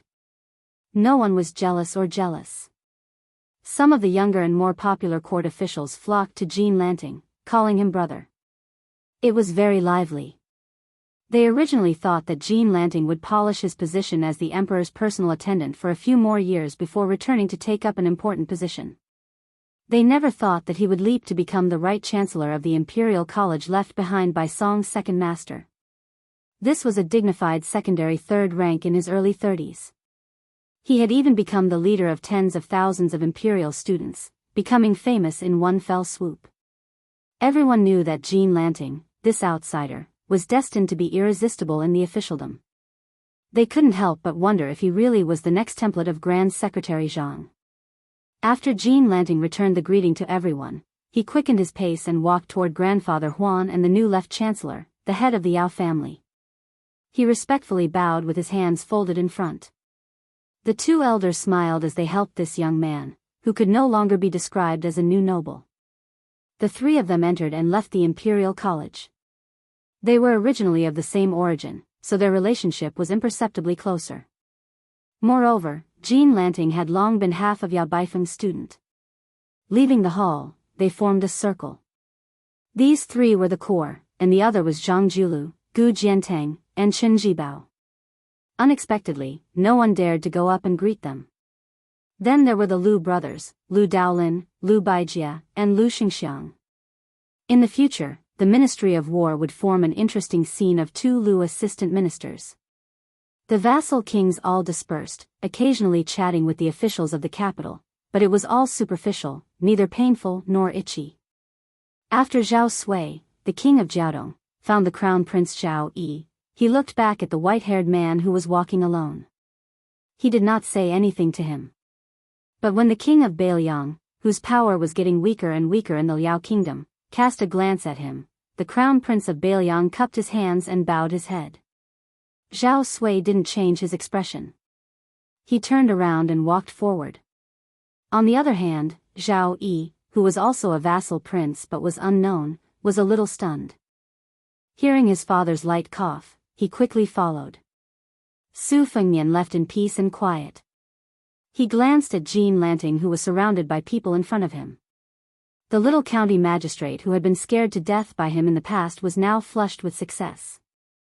His speed of promotion was almost comparable to that of Zaifu Zhangjulu. Su Fengnian did not have a good impression of this guy who was good at taking advantage of others. He was afraid that if you wanted to go down in the future, you would not be able to. You could only fall down directly. In addition to Jean Lanting, there was also Yan Jieshi, who had become a relative of the royal family after betraying Bailiang. He married a daughter and got the status of a relative of the royal family and a real grand secretary of the palace pavilion. This was a big deal. This old man made up for the Dongyuan pavilion, one of the grand secretaries of the 3 palaces and 3 pavilions. After Huanwen was made the grand secretary of the palace pavilion, which was the head of the 3 pavilions, only the Wuying palace, which was left for Zhang Julu after his death, was still empty. Moreover, Yao Baifeng, whose family roots were close to Bailiang, was pulled into the capital and enjoyed a high position. As a result, the civil officials of Bailiang were likely to be restless. Su Fengnian originally wanted to return to Bailiang and pass by the Yao family to see if he could persuade the children of the Yao family to enter Bailiang, which urgently needed a large number of middle-level civil officials. In the past, the Yao family only flirted with Bailiang but did not sleep with them. Now that they had openly entered the bed of the Emperor Zhao family, Su Fengnian saved himself a lot of trouble. Unknowingly, Su Fengnian fell behind everyone. After crossing the threshold of the main hall, he stood at the top of the stairs and stopped. He saw Yan Qiji, who was newly appointed as the Yellow Gatekeeper, by his father's side. He wanted to walk back a few times, but was pulled back by Yan Jieshi. Su Fengnian smiled. It was fortunate that he had the support of his sister, who was about to become the crown princess. Otherwise, with this kid's cowardice and kindness, he would have been eaten by the nobles in the capital long ago. Su Fengnian looked up and did not see Kong Wuqi, whom he had not seen in many years. Presumably, his official rank was still not high enough and did not have the qualifications to participate in the court assembly. Su Fengnian placed one hand on the dragon-carved railing. He knew that the reason the 7 people did not kneel in the court was mostly because of him. More accurately, the emperor had given Su Shao a great deal of face. However, after giving him the sweet date, he was served with a few sturdy sticks. He had poached the corner of the Yao family into the capital and promoted Jean Lanting to disgust the Bailiang. As for Chen Jibao temporarily taking charge of the Ministry of War, it would not affect his appointment as the Prince of Shu. It was only because the emperor of the Zhao family favored this person too much that this was the icing on the cake. This kind of behavior was like a man going through untold hardships to chase after a woman he had admired for a long time. He wanted nothing more than to use rouge, powder, gold hairpins, and magnificent clothes on her to show his sincerity. Furthermore, the court could not miss this once-in-a-lifetime opportunity. Having Chen Jibao take charge of the ironclad Ministry of War could not only convince the masses and suppress the rebellious officials of the Ministry of War, it could also give the court a way out for Gu Jiantang. Otherwise, even if Gu Jiantang was the only pillar of the country in the current dynasty, if he handed over such a high position as the Minister of War and no one took over the hot potato, it would be too much of a slap to Gu Jiantang's face. Since the beginning of history, matters in the temple had to be closely linked. Su Fengnian pressed down on the Bailiang knife at his waist and said to himself with a smile, "Master, no wonder you said there are two magic weapons in the temple, a knife and a sword. The knife that hides a knife in the sleeve and the sword that hides a knife in the belly." Chapter 725. Su Fengnian walked down the steps and turned back to look at the eaves of the main hall. Back then, 3 people had been drinking and singing on the roof. There were a few eunuchs walking back and forth in the square, sweeping the ground and picking up the lost jade pendants of a few careless officials. When they saw the man in the white robe walking out of the imperial city gate, they were all a little afraid. No matter how bad his reputation was, he was still a lord who carried a knife to the morning court. He was not someone they could provoke or make fun of. Moreover, even a fool knew that after Chen Jibao left Bailiang, there was no doubt who would become the king of Bailiang. After Su Fengnian walked out of the gate, he saw the bright red robe that was obviously waiting for him. Many officials deliberately stopped at a distance, waiting to see a good show. Chen Jibao had gone to Shu alone and then entered the capital alone. Everyone would only feel that no matter how much power this new minister of war had, it was not rude at all. Even the butcher and 300,000 cavalrymen couldn't help Su Fengnian. Everyone thought that if this guy could become the emperor's son-in-law as soon as possible, everything would be over. After Su Fengnian came closer, the two walked side by side under the wall. Su Fengnian laughed softly and asked, "Last time when you went to Shu, I didn't have time to see you off. You don't blame me, do you?" Chen Jibao said gently, "It's okay. When you become the king of Bailiang, I may not be able to attend the ceremony. We don't owe each other anything." Su Fengnian laughed it off. Chen Jibao was no longer wearing white robes. The white-haired man beside him was wearing a white robe. It was hard to predict the future. After leaving Bailiang, Chen Jibao, who turned into a dragon in the wind and rain, said indifferently, "If you do well, Bailiang's crown prince, are you confident that you can be the king of Bailiang?" Su Fengnian asked, "If I can't do it, are you going to do it?" Chen Jibao turned to look at the heir of Bailiang, whom he hadn't interacted much with. He smiled and said, "Your temperament is indeed like that of a general." Su Fengnian went straight to the point and asked, "How many years did you serve as the Minister of War before you went to Shu to be conferred the title of king? When the time comes, will you still lead the Ministry of War?" Although they were mortal enemies, Chen Jibao was very open and candid. He calmly said, "First, you'll be conferred the title of king, but you won't just be a vassal for a year or two. Then, you'll be conferred the title of king, and you'll have to violate the rules and lead the Ministry of War for a year or two. Therefore, you still have a few years to accumulate your strength. However, by the time I run out of patience, Beimang will be marching south on a large scale. At that time, you will be attacked from both front and rear. If you still can't conquer the western regions, then you will have to wait for the resources that the Supreme General has accumulated to be exhausted. However, I can tell you clearly that as long as we fail to defend our business, the Su family will have no choice but to flee to the western regions. At that time, I will definitely be the first to kill you. If you die in the plum wine, at least you will live up to your status. It will be better than being assassinated by the imperial court."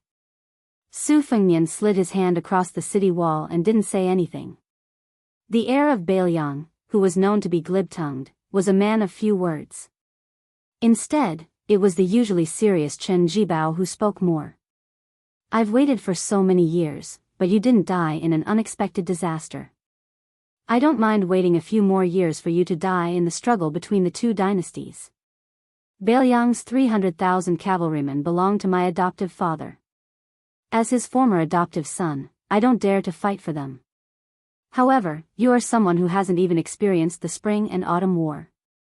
It's not that you are good at hiding your strength and biding your time, and it's not that you can easily obtain them just by hiding your strength and biding your time. There are many things under the heavens that are right and proper. Unfortunately, this is not one of them. Su Fengnian touched the cool wall with his fingers and said calmly, I'll wait for you. Chen Jibao smiled gently and turned to leave. There was no cursing or fighting. This greatly disappointed the spectating officials. They all hurriedly dispersed to avoid falling into the eyes of the new Minister of War and bearing a grudge. Su Fengnian continued to walk along the base of the wall. Then, he met the disguised Princess Sui Zhu. She was waiting for him. Then, without any surprise, she said mockingly, It's scary to compare goods. When the two of you stand together, the difference is like the difference between the clouds and the mud. Even I feel embarrassed for you. Su Fengnian said bluntly, You really can't change a dog's habit of eating shit. Princess Sui Zhu flew into a rage. Surnamed Su, I dare you to say that again. Su Fengnian suddenly pointed at the top of the wall. Look, there's another sparrow. Princess Sui Zhu walked over and was kicked by Su Fengnian. In the end, she was the one who was hurt. On the way back to the palace after leaving Mawei Post House, Zhang Huan, a member of the imperial family of the fallen Dongyue, said that the heir of Baeliang was good at martial arts. However, Zhao Fengya, who was stubborn, was unwilling to believe it.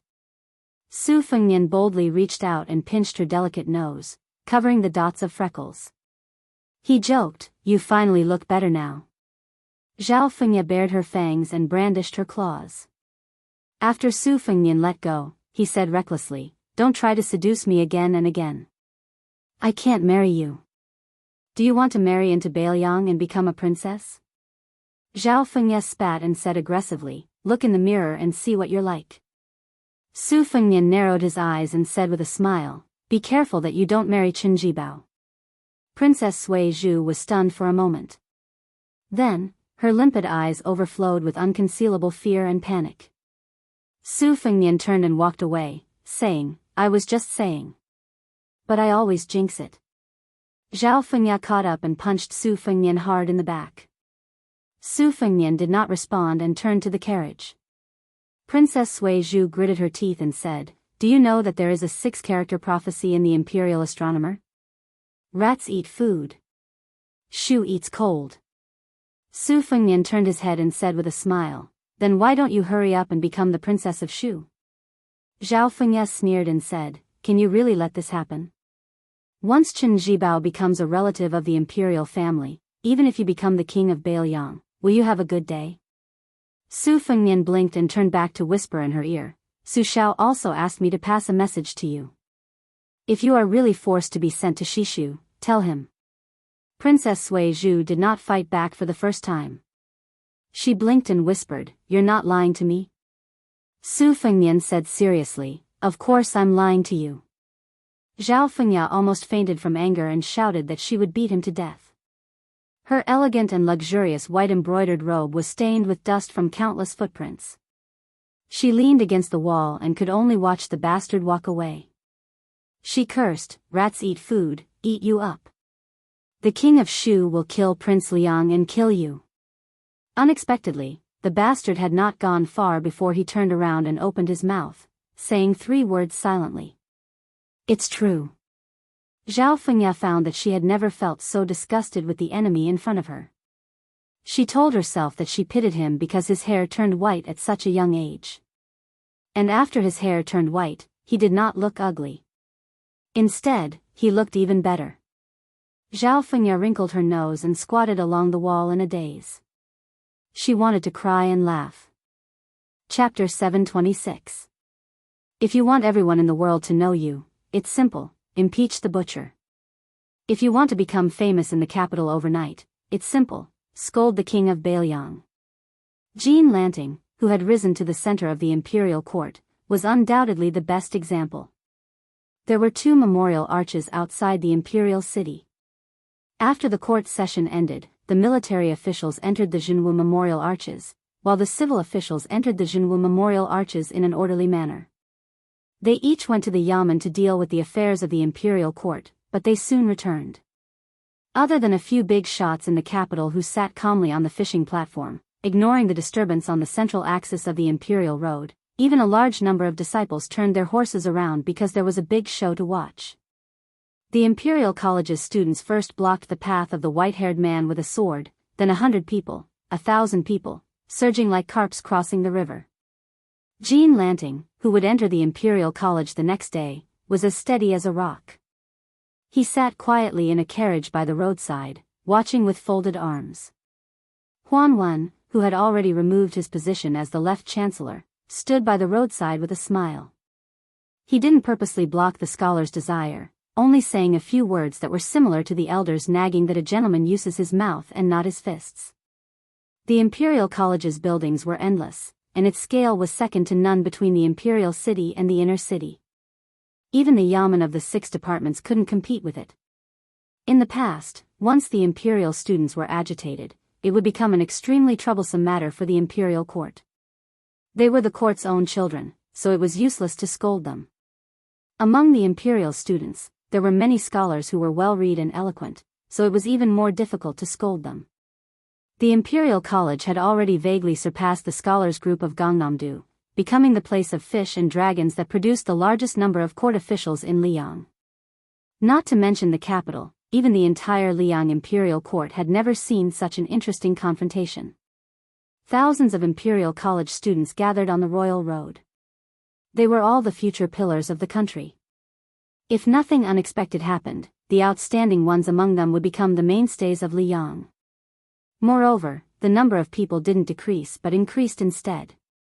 The formation was getting stronger and stronger, occupying all the angels. Naturally, their momentum was like a rainbow.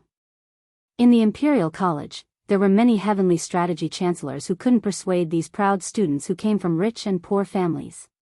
What's more, they couldn't be said to have spared no effort in persuading them. Most of them were still happy to see them succeed. It was only because of their duty to supervise, impart knowledge and preach Tao that they lazily mentioned it. A few chancellors who didn't care about trifles and liked to mingle with the students of the Imperial College even joked that they would go to a certain street in the capital to buy some food to satisfy their cravings when they were free. The inaction of the officials of the Imperial College imperceptibly boosted the arrogance of the students of the Imperial College. Such a huge burst of scholarly spirit shook the Imperial Court and the common people. When some of the old adherents of West Chu who lived next to the Zhao family heard about it, they couldn't help but feel sad and happy at the same time. They couldn't help lamenting that the righteousness of the spring and autumn period was transferred to the Zhao family. It was only right for them to leave the sun and take over the world. One side had a lot of power and influence, while the other side appeared more and more lonely and pitiful. The heir of Bailiang, Su Fengmian, stood on the axis of the world. He took down the Bailiang saber he received from Su Shao. The saber didn't leave its scabbard. Instead, he placed both hands on the hilt of the saber and stood there leaning on the saber. He had once guarded Dunhuang alone with a sword. Today, he stood alone with a saber on the Imperial Road, blocking 10,000 people alone. Almost half of the Imperial College flooded into the Imperial Road and piled up densely. They originally thought that after this hedonistic son of rich parents saw their magnificent momentum, he would be scared witless and run away like a rat. Who would have thought that he would really be beaten until his face was swollen and stubbornly endure it? It was just as well. Otherwise, they wouldn't have any leeway to show off.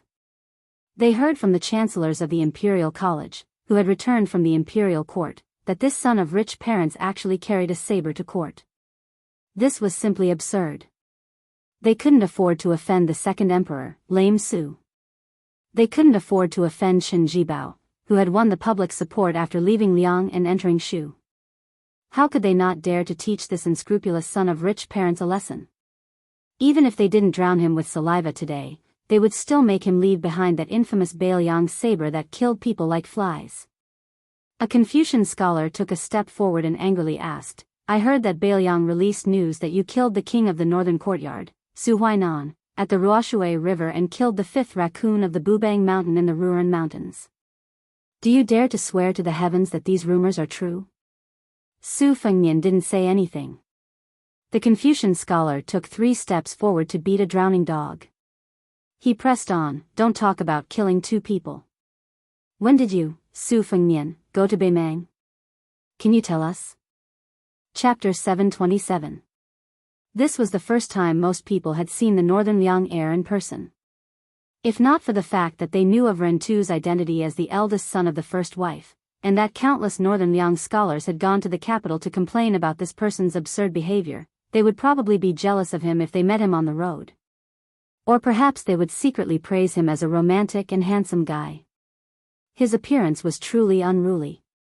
Especially when he wore the 5-clawed, 9-serpent patchwork clothes of a vassal prince bestowed upon him by the emperor, he truly looked outstanding. However, this person's misdeeds were too numerous to be recorded. When the previous emperor passed away, Mount Qingliang was brightly lit with singing and dancing. The whole city knew about it. Last time when he traveled to Jiangnan, he used a horse to drag a talented scholar to death.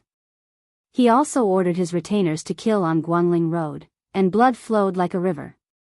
After he turned 20, he didn't show any restraint. He didn't have the slightest bit of gentleness, respect, and frugality.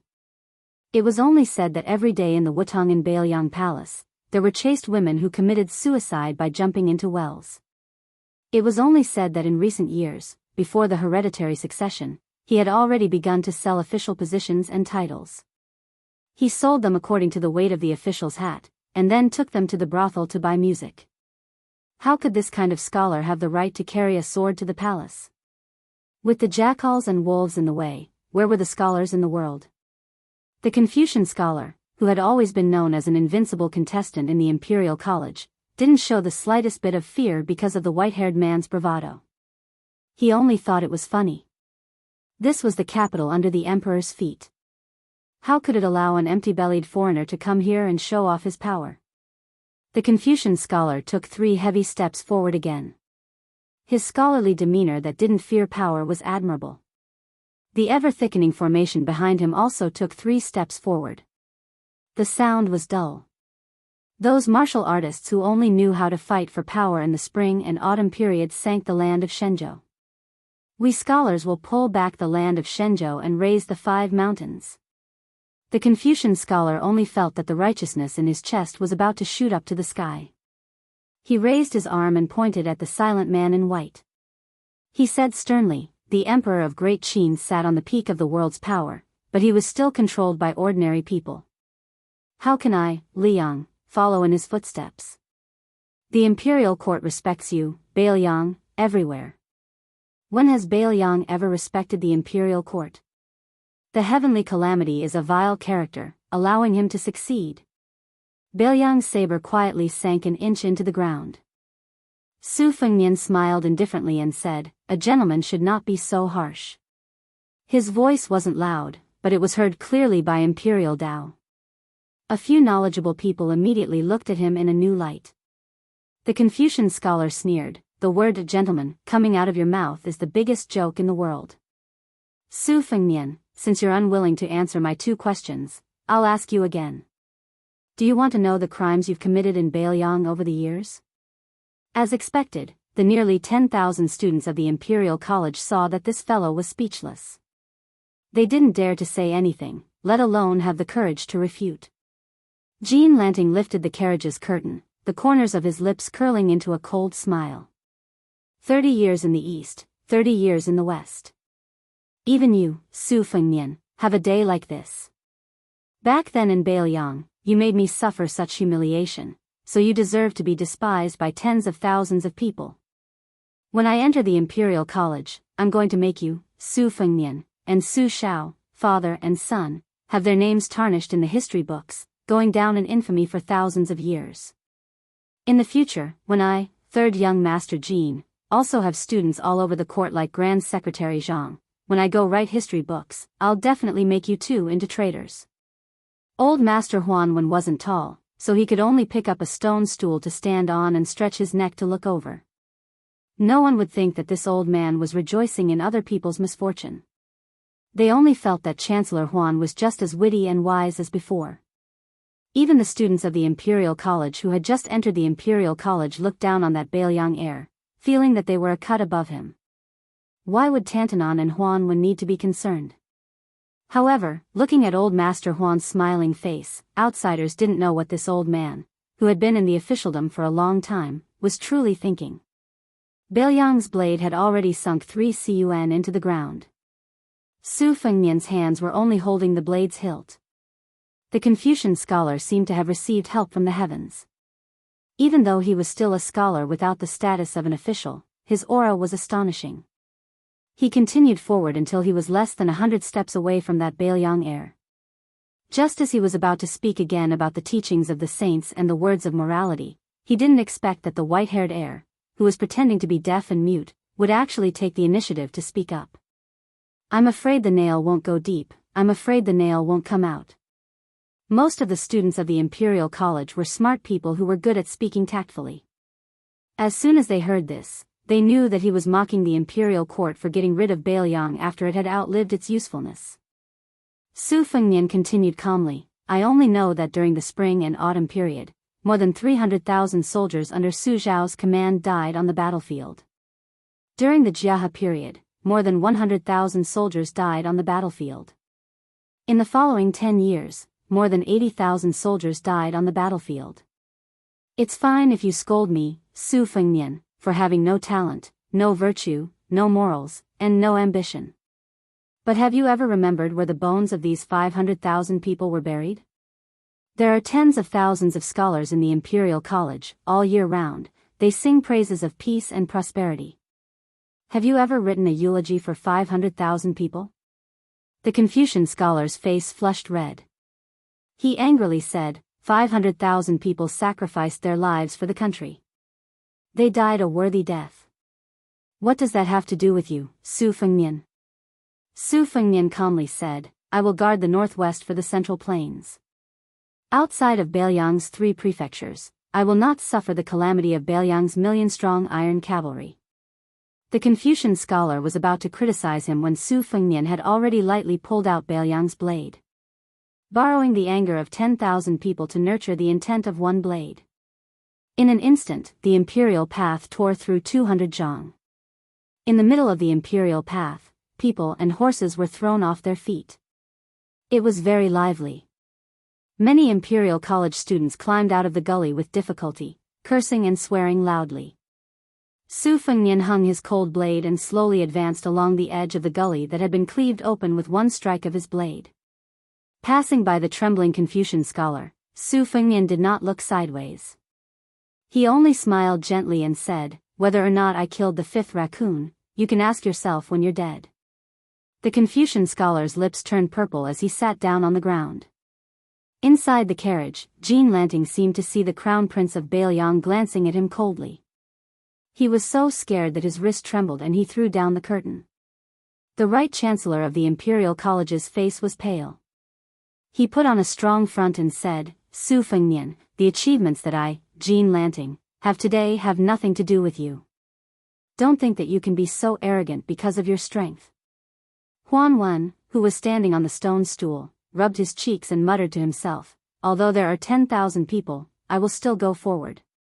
It's not that a Confucian scholar has surpassed a Confucian scholar. What a good, guarding the northwest, only guarding the country's gate for the people." Passing through the 10,000 Imperial College students without any obstruction, the white-clothed, white-haired man stepped into the front of the carriage. This crown prince of Bailiang, who had bowed for a long time in front of the 600 Bailiang soldiers and refused to stand up, turned around to face the 10,000 people of the Imperial College in front of everyone's eyes and spat heavily. Chapter 728. Before the beginning of winter, it was already snowing heavily, covering the graceful woman of Great Peace City with a white fox fur coat. In this half a year, the capital was in an uproar. Not mentioning all kinds of rewards and promotions, the Bailiang heir dared to break the royal road. The imperial censors sent out impeachment memorials that flew like the snow in the sky, but they all sank into the ocean. Not a single one of them was approved by the imperial pen. The Taoist priests in the city all said that Su Fengnian relied on the power of the Yin monsters and would not be liked by the gods. They spoke with certainty and made the people of the city who were busy making up for their winter customs to thank the gods believe it without a doubt. Other than that, there was another grand event that shook the capital. The assistant minister of the Ministry of War, Liu Baijie, and the wanderer who had lost 3 battles and 3 defeats, were having a sword duel on the eagle-pressing platform. The Son of Heaven personally allowed Minister Liu to take a day off. Before the two went up the eagle-pressing platform to compete, it was the beginning of the snow. Assistant Minister Liu, dressed in scholarly attire, carried a sword and floated over. It was no wonder the saying that one sword was full of immortal energy. Some of the people in the capital who originally thought this member of the Jiangnan Liu family was not qualified to be an official of the Ministry of War were also impressed by the elegance of Liu Baijie, who had yet to use his sword. Then it was the sloppy swordsman that went up the platform. He finally changed into something that was not so sloppy and bright. This guy first defeated the female sword attendant of the Wu family sword tomb, then defeated the swordsman of the capital, Qi Jiajie, and defeated the Dongyue sword pool by Jiangshan 3 times. He already had the title of Wen Bushing. Speaking of it, it was strange. This guy's appearance and bearing were not likable, especially not favored by women. But after losing 3 battles in a row, he was very popular in the lower levels of the city. When Wen Bushing slowly went up the platform, there were people in the crowd who shouted loudly that Wen Bushing should win at least once this time. The down-and-out swordsman surnamed Wen immediately cursed back, "Go fuck your mother." The spectators came from all walks of life. Regardless of age, most of the women frowned in disdain. On the other hand, the coarse men all cheered loudly, waving flags and shouting battle cries for her. This time, the Eagle Press platform was a good place to enjoy the snow and view the scenery. In addition, Liu Baijie had an illustrious official status, and there were rumors that several princes would quietly come to the Eagle Press platform in plain clothes. There were also rumors that the beautiful Li Baisher, who was both beautiful and beautiful, would personally come with great fanfare. Therefore, compared to the previous 3 times, the Eagle Press platform was a boiling cauldron of voices. However, everyone was well aware that in fact, they were all curiously anticipating the appearance of Bailiang's heir apparent who carried a saber. After the court assembly ended that day, the son of a vassal surnamed Su only had a duel with the Imperial College. For the commoners, how could it be satisfying enough? They all thought that this time, they would cause a ruckus on the Eagle Press platform and be entangled by the son of an official in the capital. Before the duel, Su Fengnian had already walked out of the Demoyai post house and was prepared to take a carriage to the Eagle Press platform to join in the fun. However, he saw an extremely poor old Confucian squatting under the dragon claw locust tree and felt uneasy. Su Fengnian laughed involuntarily. After a moment of hesitation, he returned to the rear courtyard of the post house and asked Blue Bird to warm a pot of yellow wine. Su Fengnian had a photographic memory, so he remembered who the old scholar waiting outside the post house was. That year when he left Mount Huishan on the boat to the riverbank, his second sister, Su Weisheng, was bringing the dragon's sand from the Earth Lung Mountain, which had been sealed off for 500 years, to Shengyin Academy. This Lu Wenbao, a remnant of the southern Tang dynasty, received a review from Su Weisheng. When he volunteered himself, he kept mentioning Zhang Julu, Zhao Yuling, Wang Xiongui, Yuan Gua, Han Lin, and other important ministers of the imperial court. He threatened to use the power of the prime minister as a starting point to analyze the important matters of the imperial court. At the time, Su Fengnian didn't like the old scholar's shocking words and refused to let him go. He didn't expect that after the old man returned to his hometown, he nimbly ran over to the capital to block him. It was obvious how much he cared about fame and fortune. When it was close to noon, Tong Ziliang and his little daughter walked into the courtyard with several large mahogany food boxes. It was almost the beginning of winter, and the popular food in the capital was stewed mutton and dumplings. In addition to these two, there was also a pot of fragrant and tender ginger duck. Su Fengnian had changed into casual clothes and was sitting under the eaves, admiring the snow. When he saw the father and daughter bring in lunch, he walked over to help the panting delicate and pretty woman take the slightly scalding food box. Ordinary people couldn't afford to use this kind of expensive food box, which was almost made of royal wood. Tong Ziliang had also borrowed it from someone else. After all, he had to be worthy of his status as the heir of Bailiang to be at ease. The graceful woman, whose appearance wasn't as rough as Tong Ziliang's, blushed as she handed over the food box. She twisted her hands behind her back, gently wiping away the burning sensation on her fingertips. Ever since His Royal Highness learned of her name, he would always make fun of her with little Nian, which made her blush with embarrassment. Blue Bird had already moved out a table and a stool under the eaves. Su Fengnian smiled and invited Tong Ziliang and Tong Ziliang to eat together. Tong Ziliang didn't dare and waved his hand to decline, but he still couldn't win against His Royal Highness' insistence. He could only go against the rules and sit on the bench with his daughter. Su Fengnian, Blue Bird, and Xianyuan Qingfeng each sat on one side of the table. When they opened the lid of the food box, it was steaming hot. Tong Ziliang picked up his chopsticks and quietly reported, "Your Highness, there's an old scholar standing guard under a tree outside the post house. Come, little Nian, I'm a guest. Your host should try it first." Su Fengnian used his chopsticks to tear open the stewed duck that was so fragrant that the ginger couldn't cover the fragrance of the meat. He picked up a piece and put it into the young woman's bowl first. He then nodded at Tong Ziliang and said, "I know who that person is. You don't have to pay attention to the post house." Chapter 729. Tong Ziliang nodded and smiled when he saw his daughter blushing and not daring to touch her chopsticks. He didn't have any ulterior motives when he brought her to this courtyard. He simply wanted her to see the general's eldest son. Strangely enough, his older brothers and sisters didn't dare or were unwilling to come after the first time they came to this courtyard. This made Tong Ziliang so angry that he smashed his bowl and chopsticks when he got home. However, his children had grown up and were no longer as obedient as their father when they were young. Since his youngest daughter wasn't afraid, Tong Ziliang couldn't be happier and was happy to have the opportunity to play matchmaker. As for his daughter's first awakening of love, Tong Ziliang was a crude person. Even though he saw it with his eyes and knew it in his heart, he didn't know how to say it out loud. He only thought that Her Highness hadn't lived here for long, and as she grew older, it was like the snow in the courtyard that melted on its own without needing to be cleaned. After eating a sumptuous lunch, Tong Ziliang stood up and left, telling his daughter to clean up the dishes slowly. Su Fengnian looked at the old scholar tree in the courtyard and quickly spread a layer of snow over it. He turned to Blue Bird and said, "Take a pouch of silver and throw it to Lu Wenbao outside the courtyard. Don't say anything."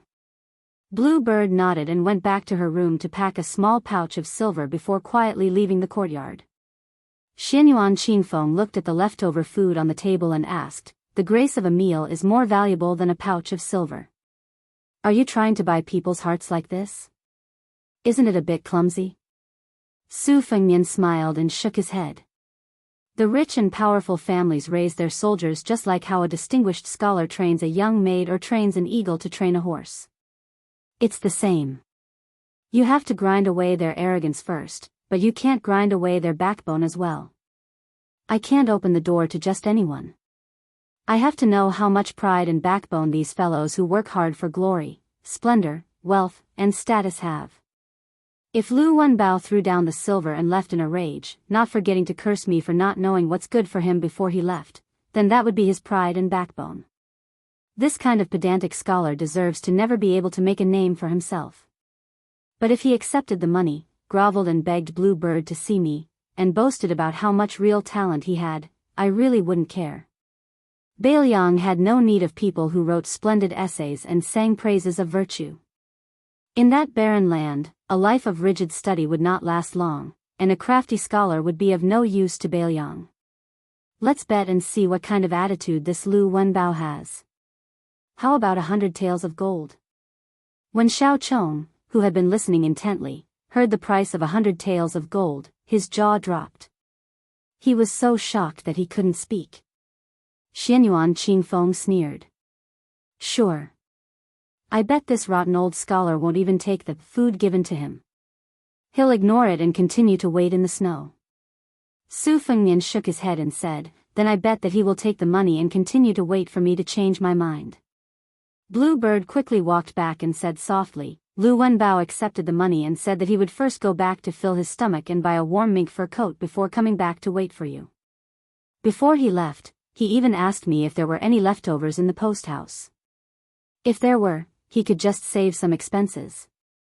Xiao Chong covered his mouth and laughed. Xianyuan Qingfeng clicked his tongue and said, this old man's skin is really thick.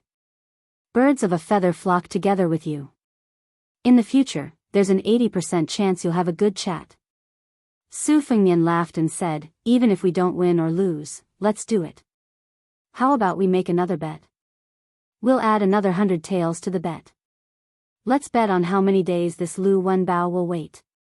Of course, that's if I ignore him before then. Xianyuan Qingfeng said calmly, then I'll have to know how many days you'll stay in the capital. Without waiting for Su Fengnian to reply, she said confidently, I bet that the old man will wait for as long as you stay in the capital. Su Fengnian stood up and stretched out his hand to catch the cold snowflakes. I hope I lose. 200 taels of gold for a true scholar. Bailiang won't lose out. Su Fengnian stood under the eaves and stretched out his hand to catch the snow. Unknowingly, he caught a handful of snow.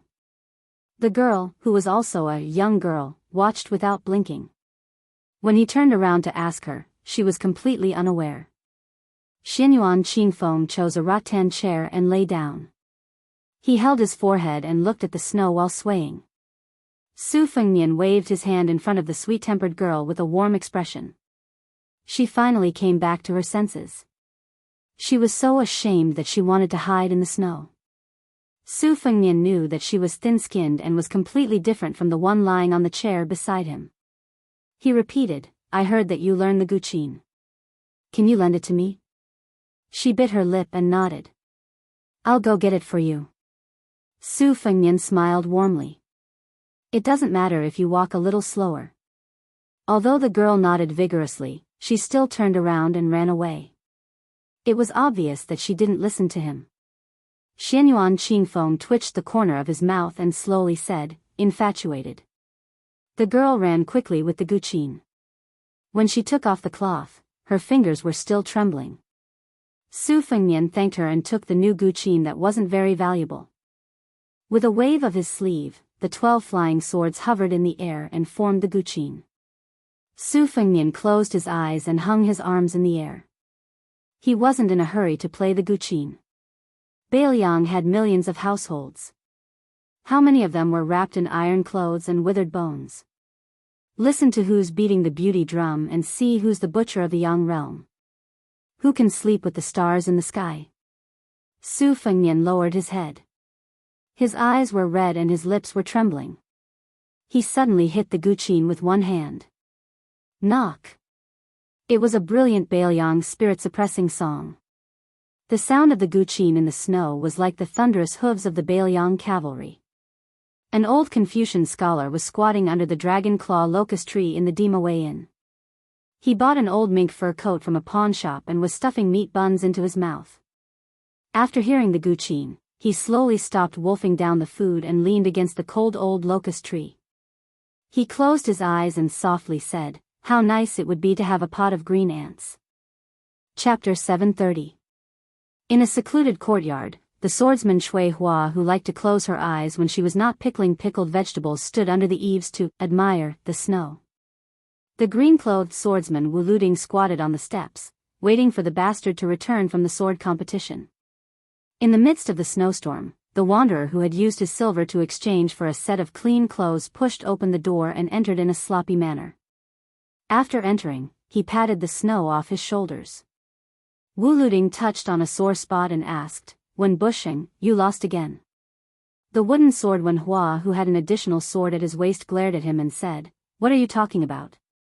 6 vats, you're just a man who lives off a woman. If you don't have Chui Hua and pickled vegetables, see if I don't cut you to death. The Wu family sword crown, who had no objection to this, said with a smile, oh, where did you pick up this sword? Look at it, it's not vague at all. Let me take a look. Wen Hua said carelessly, my sword is my little wife. Can you touch it as you please? The corner of Chui Hua's mouth curled up. Wu Luding, who had a frivolous temperament, clicked his tongue and said, "Then this time you brought back a new wife. Aren't you afraid that you'll like the new and dislike the old, and that your old wife will be jealous?" Wen Hua slapped the wooden sword. "Nonsense. I've always liked the new and not the old." "No, I like the old and not the new. The name of this new sword is very big. If I tell you, I'm afraid you'll be scared to death. Although it's a good sword, compared to this wooden sword of mine that has been with me for more than 10 years, it's still lacking." In the end, Wen Bushing did not disappoint. He was still unable to win the sword duel. However, this time, compared to the previous 3 defeats, it was a draw. Afterwards, Tang Shi Sword Immortal even gifted the ancient sword Ba Xiu to him. That brother did not hesitate and hung it on his waist without saying anything. The people of the capital were all used to this guy's indecent behavior of pulling out his pants in front of a sword duel. When he competed with Qi Jiajie in the sword duel, it was even more immoral. Qi Jiajie, who had been the #1 swordsman of the capital for many years, was just about to return the favor when Wen Bushing began to shout that he would not fight anymore. Then, without saying anything, he ran away like a wisp of smoke. Not to mention the people of Jianghu who were watching the duel were dumbfounded. Even Qi Jiajie himself did not know whether to laugh or cry. He was so shocked by the 2 swords that he broke out in cold sweat. After painstakingly withstanding the 2 swords that were both outstanding in terms of sword force and sword intent, he saw that kid run away without saying anything. The commoners who were watching the duel all laughed and booed. Wu Luding glanced at Lu Baijie's Ba Xiu's sword and said with a smile, "Tens of thousands of wooden swords can't be exchanged for a sword forged from Tang Shi sword furnace. Falling into your hands, you've really met the wrong person." Poor Ba Xiu, winking at a blind person. Wen Hua was in a good mood today, so he did not lower himself to the same level as the 6 vats. He jogged under the eaves to hide from the snow. He shook his sleeves and then turned his head to look at the female sword attendant who was clearly not blind but was pretending to be blind. He asked, "Chui Hua, why haven't you given your brother Wen a bowl of pickled cabbage noodles? You're too careless. In the future, when I become famous, even if you beg me to eat your pickled cabbage noodles and pickled cabbage fish, it'll still depend on my mood." The woman who usually did not open her eyes, but when she opened her eyes during the Battle of the Reed Marsh, she imitated Li Chuangang's 2-sleeved green snake. The corners of her mouth twitched, and she turned around to go downstairs. Wen Hua squatted beside Wu Luding and muttered in a low voice, "6 vats, I only told you the truth because I treat you as half a friend. Chui Hua's appearance is average, and she can't compare to Miss Li, whom I like. However, Chui Hua's temper is good, and you're not tired of eating pickled cabbage. In any case, you won't have any great prospects in your lifetime. Being together with her, you'll be taking a huge advantage." Wu Luding smiled and said, "Only you, Wen Bushing, are allowed to have great prospects, but I, Wu Luding, am not allowed to have great achievements." Wen Hua had never avoided using words to hurt others. He said, "You're no good. You're far inferior to Chui Hua. I, Wen Hua, am incomparably accurate in judging people and swords." Wu Luding laughed in anger and said, "Why don't we have a match?" Wen Hua exploded like a wild cat. "Oh, you have Chui Hua backing you up. You're full of guts. Let's have a match. However, I'll say this first. I've easily defeated you in a single move, so don't get angry and ask me to move out of the courtyard. You're also not allowed to immediately return the money you used to buy the clothes. Also, you have to let me live in that large room of yours. I, Wen Hua, am now a great swordsman whose name resounds throughout the capital. I have to keep up with all the basic necessities." Wu Luding was tormented by Wen Hua's nagging to the point that he completely lost his temper. That little bit of competitive spirit that had just revealed its sharp edges rapidly vanished like smoke into thin air. He said helplessly, "Match my ass. I'm not going to compete. Even if I win against you, Wen Bushing, I don't have the slightest bit of benefit. If I lose, then I'll really fall into the latrine pit." Wen Hua laughed loudly and slapped the shoulder of the sword tomb with all his strength. "Are you afraid? It's fine, there's no shame. Wu Luding couldn't be bothered to waste his breath with this fellow. He closed his mouth and admired the goose feather-like snow that ceaselessly fell from the courtyard. Wen Hua suddenly thought of something. He took down the wooden sword and bent down to meticulously carve a word on the snow. He turned around and asked, 6 vats. Do you recognize it? There was the word fortune on the snow. Wu Luding rolled his eyes in response. Wen Hua laughed to himself. When I was roaming the Jianghu with my brother all those years ago, we stole sweet potatoes and roasted them for a big meal. After that, we comfortably took a dump in the wilderness. When we had nothing to do, he took a tree branch and wrote this word. Do you know what he said? Wu Luding laughed lightly. There's a saying for the word fortune. Chapter 731. Wen Hua's face was full of disdain as he said, the word fu refers to clothes and a field. Do you understand what it means? It's a great fortune to not have to worry about food and clothing. The meaning here is great. You, 6 vats, naturally wouldn't understand. My brother has a lot of crooked guts, but in terms of appearance, he's even more handsome than me. However, he's also very knowledgeable. Give him a tattered Taoist robe and he can pretend to be a god and cheat people of their money. He can also gamble chess with people in small alleys or help people write letters. His handwriting is beautiful. I'm not boasting, but every time we go to shit or pee, that kid who knows feng shui points to a place with good feng shui before he unbuckles his belt. Tell me, even though I'm a little poor, isn't that awesome? Wu Luding looked at the falling snow that was trying to cover the word fu. He even waved his sword to the wanderer beside him, as if the sword had broken the vitality that connected heaven and earth. He smiled lightly and said, these days, other than listening to you brag about how powerful your sword art is, I've also heard you talk about this young master called Xiaoyan. My ears are getting calluses. For the first time, Wen Hua said seriously, 6 vats, remember 2 things. You're not allowed to touch my wooden sword.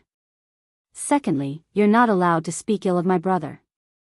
When I say good things about him, you can listen if you like, but if you don't, you can cover your ears. Wu Luding smiled warmly and said, I like to hear it. Go ahead. Cuihua brought over a bowl of chewy pickled vegetable noodles. Wen Hua sheathed his wooden sword and took the bowl and chopsticks. With a few mouthfuls, he finished the bowl and returned it to the sword attendant. He licked his lips and smiled, give me another bowl, another bowl. Cuihua, with your skills, it's a pity that you don't become a chef. What's the point of practicing swordsmanship? In the future, you and 6 vat will open a small restaurant and I'll support you guys every day. Think about it, by that time, I'll definitely be one of the top swordsmanship masters in the world. If I support you guys, your business will definitely prosper.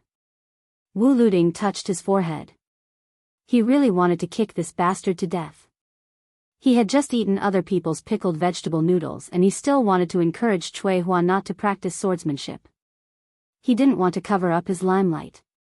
Cui Hua, on the other hand, smiled faintly and turned around to cook noodles for Wen Hua. Wen Hua wiped his mouth and sighed with emotion as he gazed at the fortune character that was gradually disappearing in the snow. I promised old man Huang, who taught me how to practice the sword, that I would kill someone for him. After that, I would stop fooling around with him and live a good life with Miss Li. She said that she would marry me once I became the most famous swordsman in the world.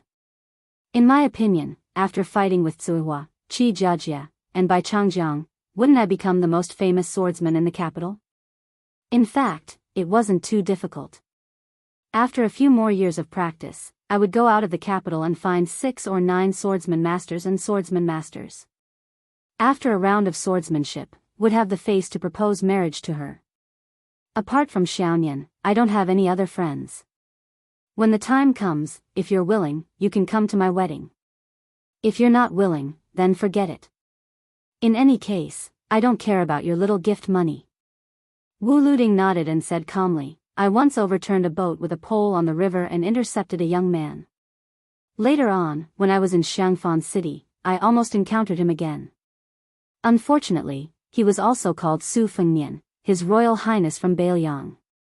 Wen Hua laughed and said, His Highness from Bailiang? Then my Xiaonian can't compare to him. This brother of mine is just a young master from an ordinary and well-off family. He went out to study and got along as miserably as me." Wu Luding narrowed his eyes and said with a smile, "What if it's the same person?" Wen Hua waved his hand and said without hesitation, "Impossible." After pausing for a moment, the wooden sword ranger said with a smile, "So what if it's the same person?" "He's not my brother." Wen Hua's crotch was somewhat depressed. He stretched out his hand and groped, then said with a sigh, "What if it's really the same person? I won't be able to take out that erotic painting of mine." In the alley outside the small courtyard, the accumulated snow was deep. Squeaking sounds could be heard when one stepped on it. A carriage with ordinary decorations stopped. A corner of the curtain was lifted, and an old man and a peerless beauty who was reputed to be both beautiful and beautiful sat inside. The woman who was ranked in the Rouge ranking smiled and said, "Let him kill Su Fengnian." It was precisely that old man Huang. His expression was calm as he nodded. The peerless beauty had a fragrant pouch with a white jade lion rolling an embroidered ball on her waist. After getting the answer, she sighed lightly. The old man's surname was Huang, his name was Longshi, and he called himself Huang Sanjia. He said with an expressionless face, after meeting Wen Hua, "Try your best to be virtuous and virtuous.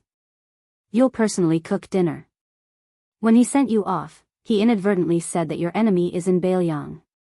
However, don't say who exactly it is, lest you make a fool of yourself and spoil my plan.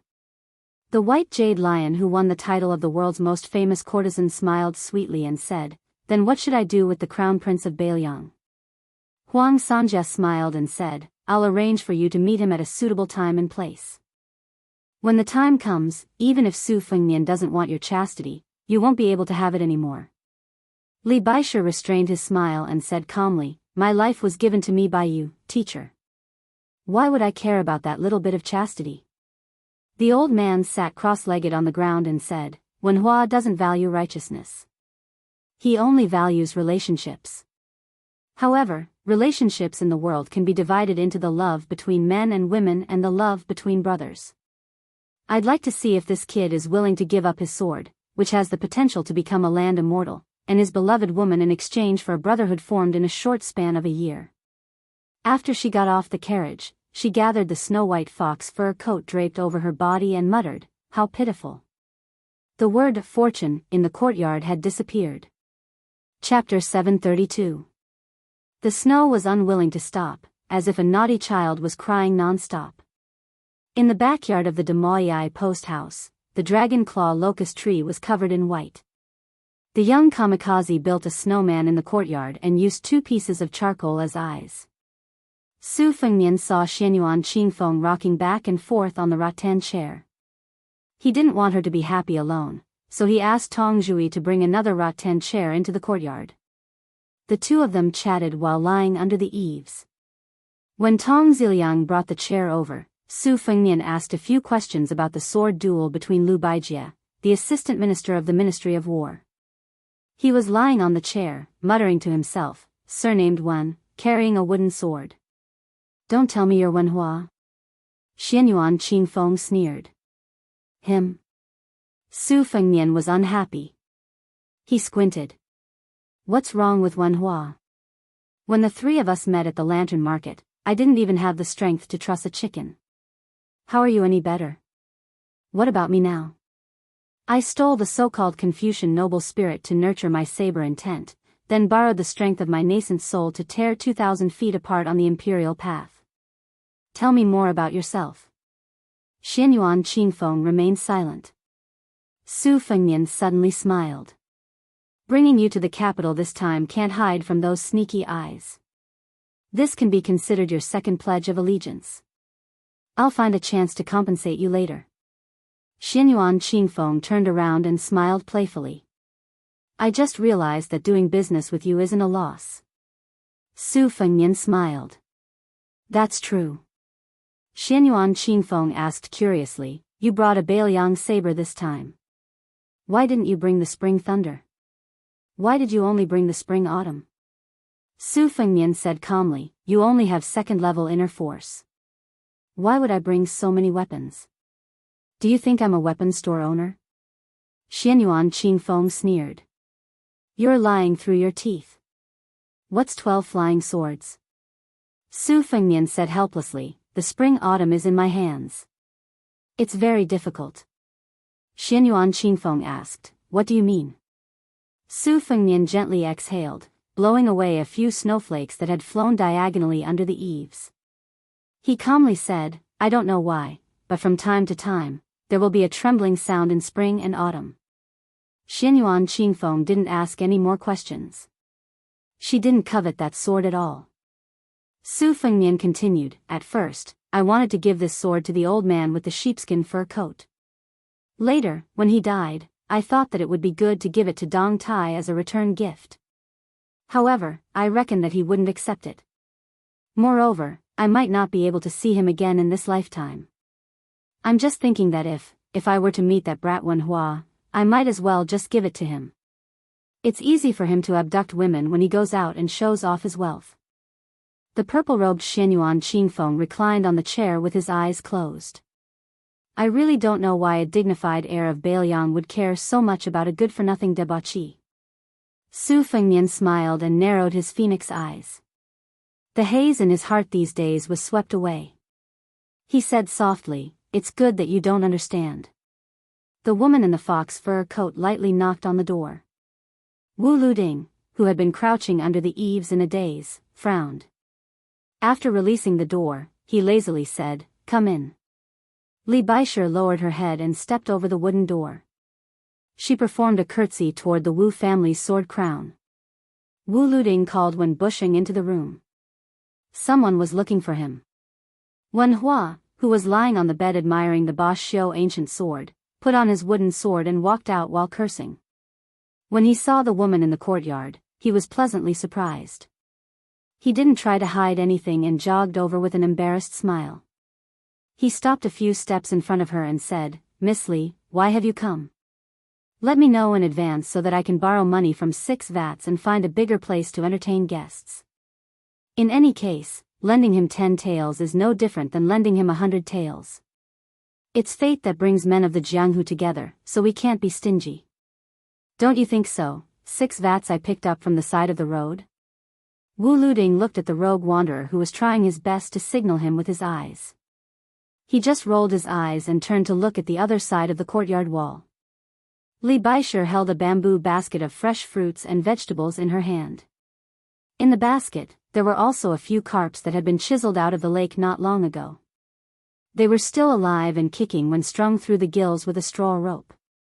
She said softly, have you eaten? If you haven't, I'm not going the same way this time. But I can make you a meal while I'm at it. Wenhua, who had only eaten 2 bowls of pickled vegetable noodles, scratched his head and said, I ate 2 bowls of noodles, but it didn't help. Li Baisher smiled sweetly. I'll make it for you now. If it doesn't suit your taste, just say it directly. Next time, you can make up for your mistakes. Wenhua said with a mischievous smile, don't worry. I'm not a hypocritical person. I always say what I want to say. Chapter 733. She softly glanced at him. Wenhua recalled the first time the two of them met and laughed involuntarily. She walked towards the inner room and just so happened to brush past the sword-made Shui Hua. Between women, they would only nod and stop.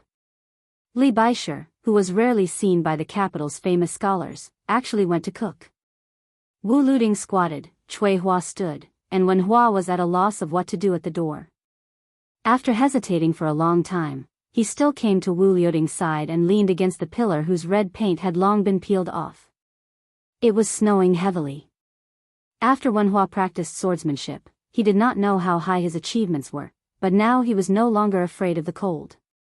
However, he still subconsciously pulled his sleeves. As a small person who was used to living a poor life, every time it snowed heavily in winter, his clothes were thin and he had nowhere to hide. He would gnash his teeth in hatred and wish he could pull down God and beat him up.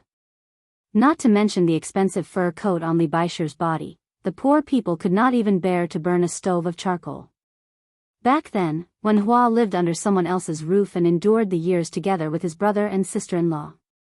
His sister-in-law despised him for not doing his job properly, and his heart was higher than the sky. His brother always protected him, but it was inevitable that he would be nagged by his sister-in-law. Wen Hua also knew his own virtue. His mouth was mean and his words were vicious. He had never said a few good words to his sister-in-law.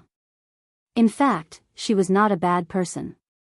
For so many years, she had let him eat and drink for free. Although her words were a little unpleasant, she had never really thought of driving him out of the house to suffer. Therefore, his brother was not a person inside and outside. In a fit of anger, Wen Hua ran away from home and did a lot of sneaky things. Then, he bumped into little Nian. At that time, they were stealing melons from a melon farm. Both of them had a guilty conscience and fought with wits for a long time. Only then did he know that they were the same kind of people. That melon farm was completely destroyed. After they got together, little Nian always teased him that he would pounce on any woman with breasts and buttocks. Such love at first sight was worthless. How could Wen Hua understand love? It was just like how a starving person would think that a steamed bun was the most delicious food in the world. During that bleak but not lonely journey, the number of times he fell in love at first sight could not be counted with his 2 hands. When the two parted, little Nian said that all good things must come to an end. Wen Hua's eyes turned sour at that time.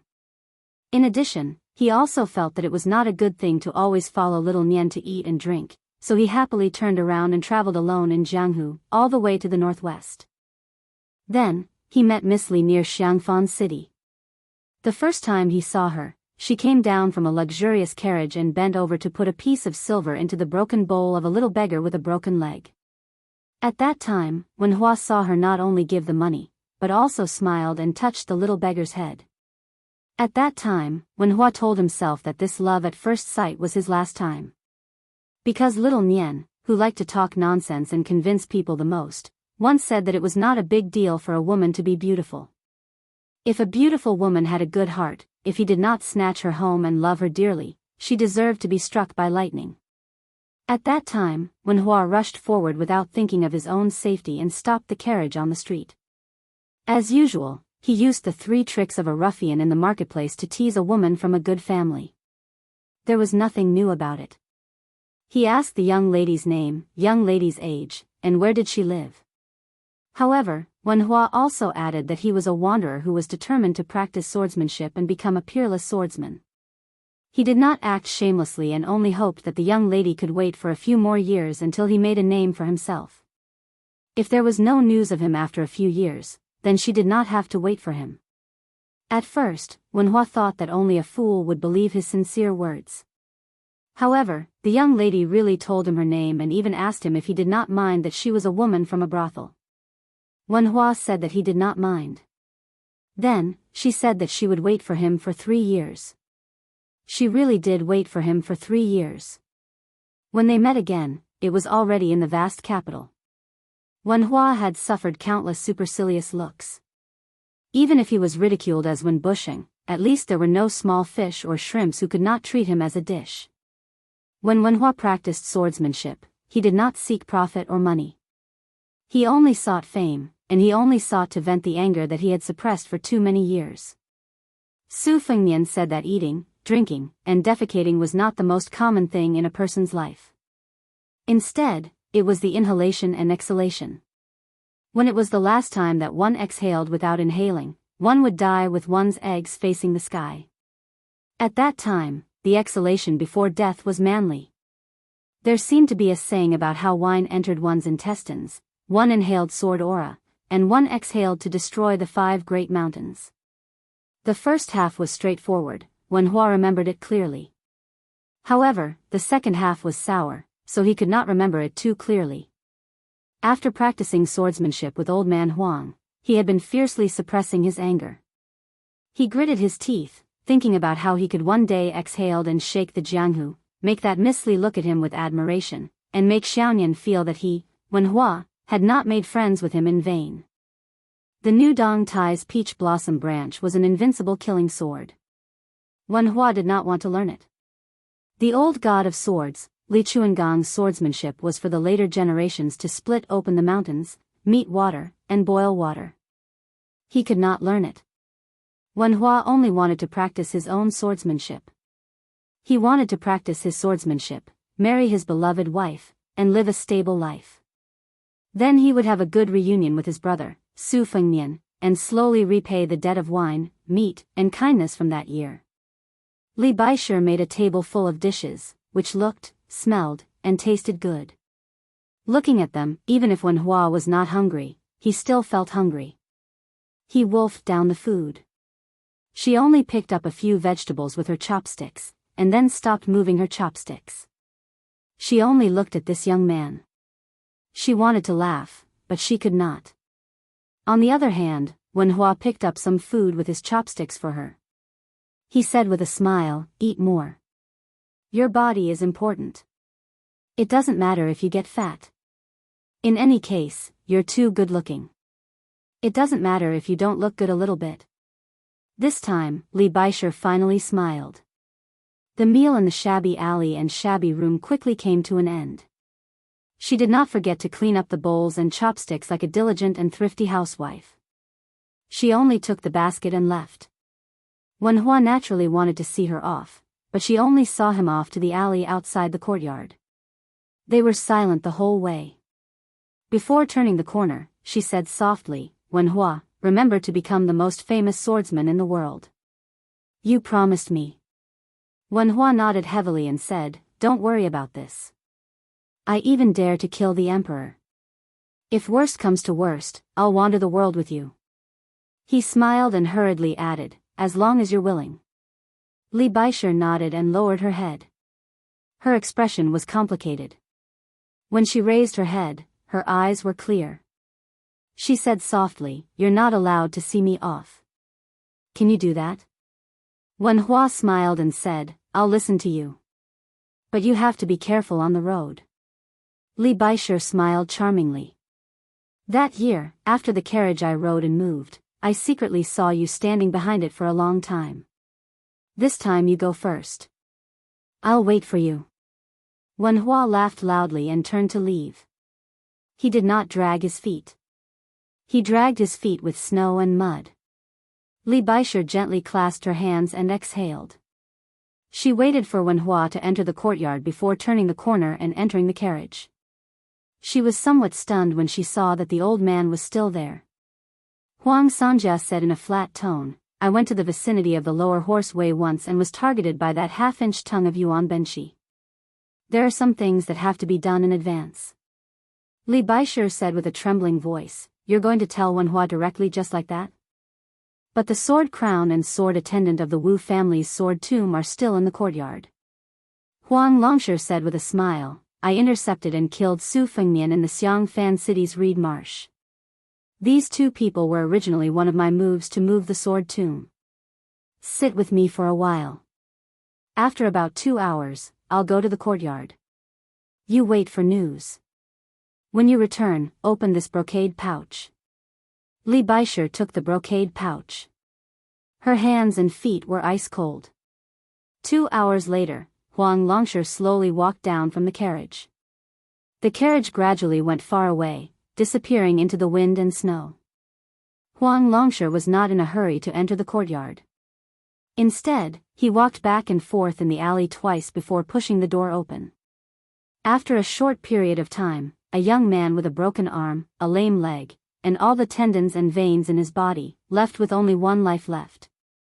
He only carried the wooden sword that originally belonged to him and left the courtyard.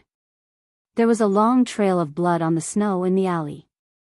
In Laozi's hometown, if you borrow money, you have to pay back 12 or 13 taels.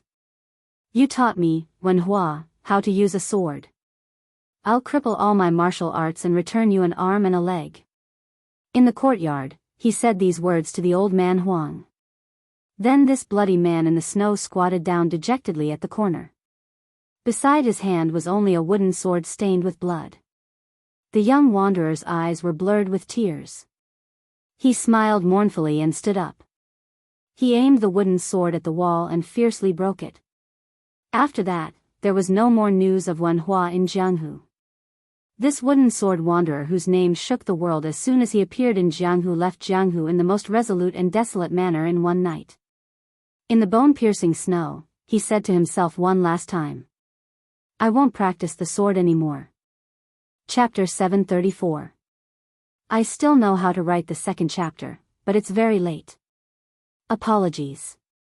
This year, before the beginning of winter, the snow in the capital was especially majestic and did not stop. While many children in the capital were overjoyed, they were also puzzled as to how many white geese were raised by the heavens above. In this small courtyard that could be described as having a dragon spirit, there were originally 3 heavenly talents who had the potential to carry the cauldron of swordsmanship. In one night, one of the 3 had left. When Wu Luding was bored, he liked to take the bamboo pole that was only slightly longer than a sword.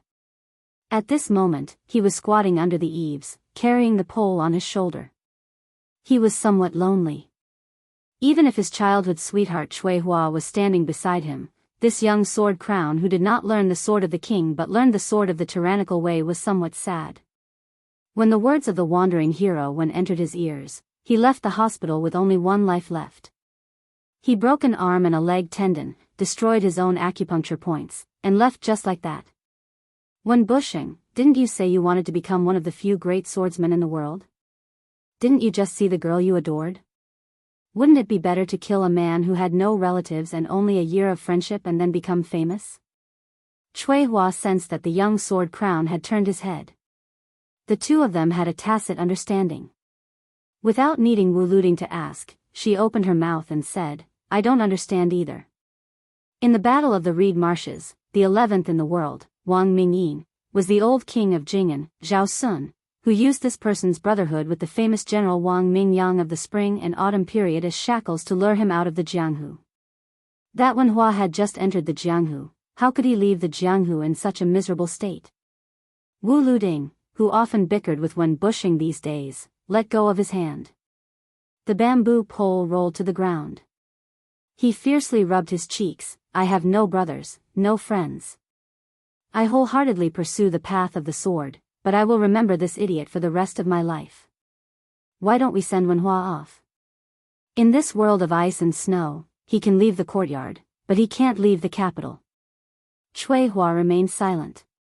Sword Crown, who was nicknamed 6 Vats every day, spat out a mouthful of murky air.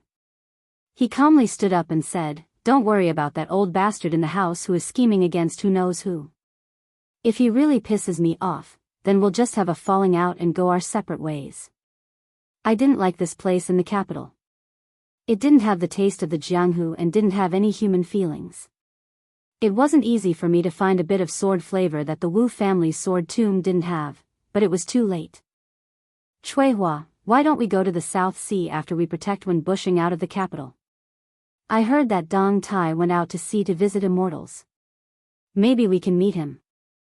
Cui Hua patted the Su of Gojoseon's sword on her back, and Wu Luding left the hospital with a laugh. Huang Sanjia slowly walked out of the house, holding the ancient sword Ba Xiu in his hand. His face was expressionless, without the slightest ripple of emotion. He only threw Ba Xiu toward the top of the wall.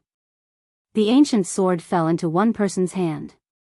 An old man with an empty sleeve squatted on the top of the wall. He single-handedly took the last sword from the Tangxi sword furnace. Abandoning the scabbard, he opened his palm and placed the simple and famous sword in the center of his palm. His thumb and index finger rubbed against each other. The sword tip and hilt, which were not among the top 3 swords in the world, were instantly bent. The sword tip and hilt collided with each other, like a dragon biting its tail. Due to the sword chi from his 2 fingers, this famous sword of the age actually broke from the middle. 1 into 2, 2 into 4, 4 into 8, and so on. Ba Xiu broke into pieces inch by inch, and every inch of the sword fell into the sleeve of the broken arm. Then the old man picked a section of the sword tip and threw it into his mouth. It was as if he was chewing on soybeans, crunchy and full of chewiness. The old man might not have been truly nameless, but he had been nameless for 60 years. These past few years, he had occasionally entered the world, but he had always done business with Huang Longshi. Whenever he killed or injured people, Huang Longshi would be responsible for feeding him a good sword. If one were to talk about his magnificent achievements, there would be no exaggeration in the Jianghu. However, he was obsessed with the sword all his life. In almost 100 years, he had only taken in 2.5 disciples. The half was the wooden sword wanderer who disappointed him greatly, and the other was the more famous sword emperor of Shishu. However, the old man had also clearly said to Huang Sanjia that his 2 eldest disciples could not compare to a disciple who had only taken in halfway. It had nothing to do with talent. Talent did not completely equate to one's foundation. In the 1,000 years of the Jianghu, the way of the sword, which was close to the heavenly way, did not rely on the saying that one could accomplish anything by being amazing. Therefore, even though he had accepted the Ba Xiu sword that was slowly entering his stomach, the old man was very dissatisfied. The taste of this sword was not enough. He had come for the sword of spring and autumn. The Su of Gojosian of the sword catacomb was actually not bad, but the sword he could not forget for the past 20 years was still the great Liang Dragon Sparrow sword. The old man was missing an arm, but because of his tall and sturdy body, he did not appear to be very old. In particular, his 2 eyebrows were extremely long and tied into a snow-white long braid, just like the Beiliang, the sun, and the Beimang. The old man with willow-like eyebrows laughed cruelly. His voice was hoarse and honed like a night owl. He said eerily, "Huang Longsher, oh Huang Longsher, there are people in this world that you cannot predict and things that you cannot predict." Huang Longsher said calmly, "There is no one in this world who can predict everything. How the crops grow depends on both manpower and timing. I, Huang Longsher, am not conceited to the point that I want to be higher than the sky. Wen Hua is willing to destroy his own future, but it does not affect the overall situation." Chapter 735. The old man of unknown identity was obviously very happy to see Huang Longsher suffer, so he continued to rub salt into the wound. That brat Wen Hua killed the heir of Beiliang in the capital, preventing Beiliang from sticking to Liyang like glue for half a day. At the very least, he wants that poor brat Su Fengnian to suffer from a mental illness so that you can continue to fish in troubled waters. Only you can make such a ruthless plan sound. Why, do you still think highly of that Chen Jibao? Do you feel that he's the destined master of 2 rivers and mountains?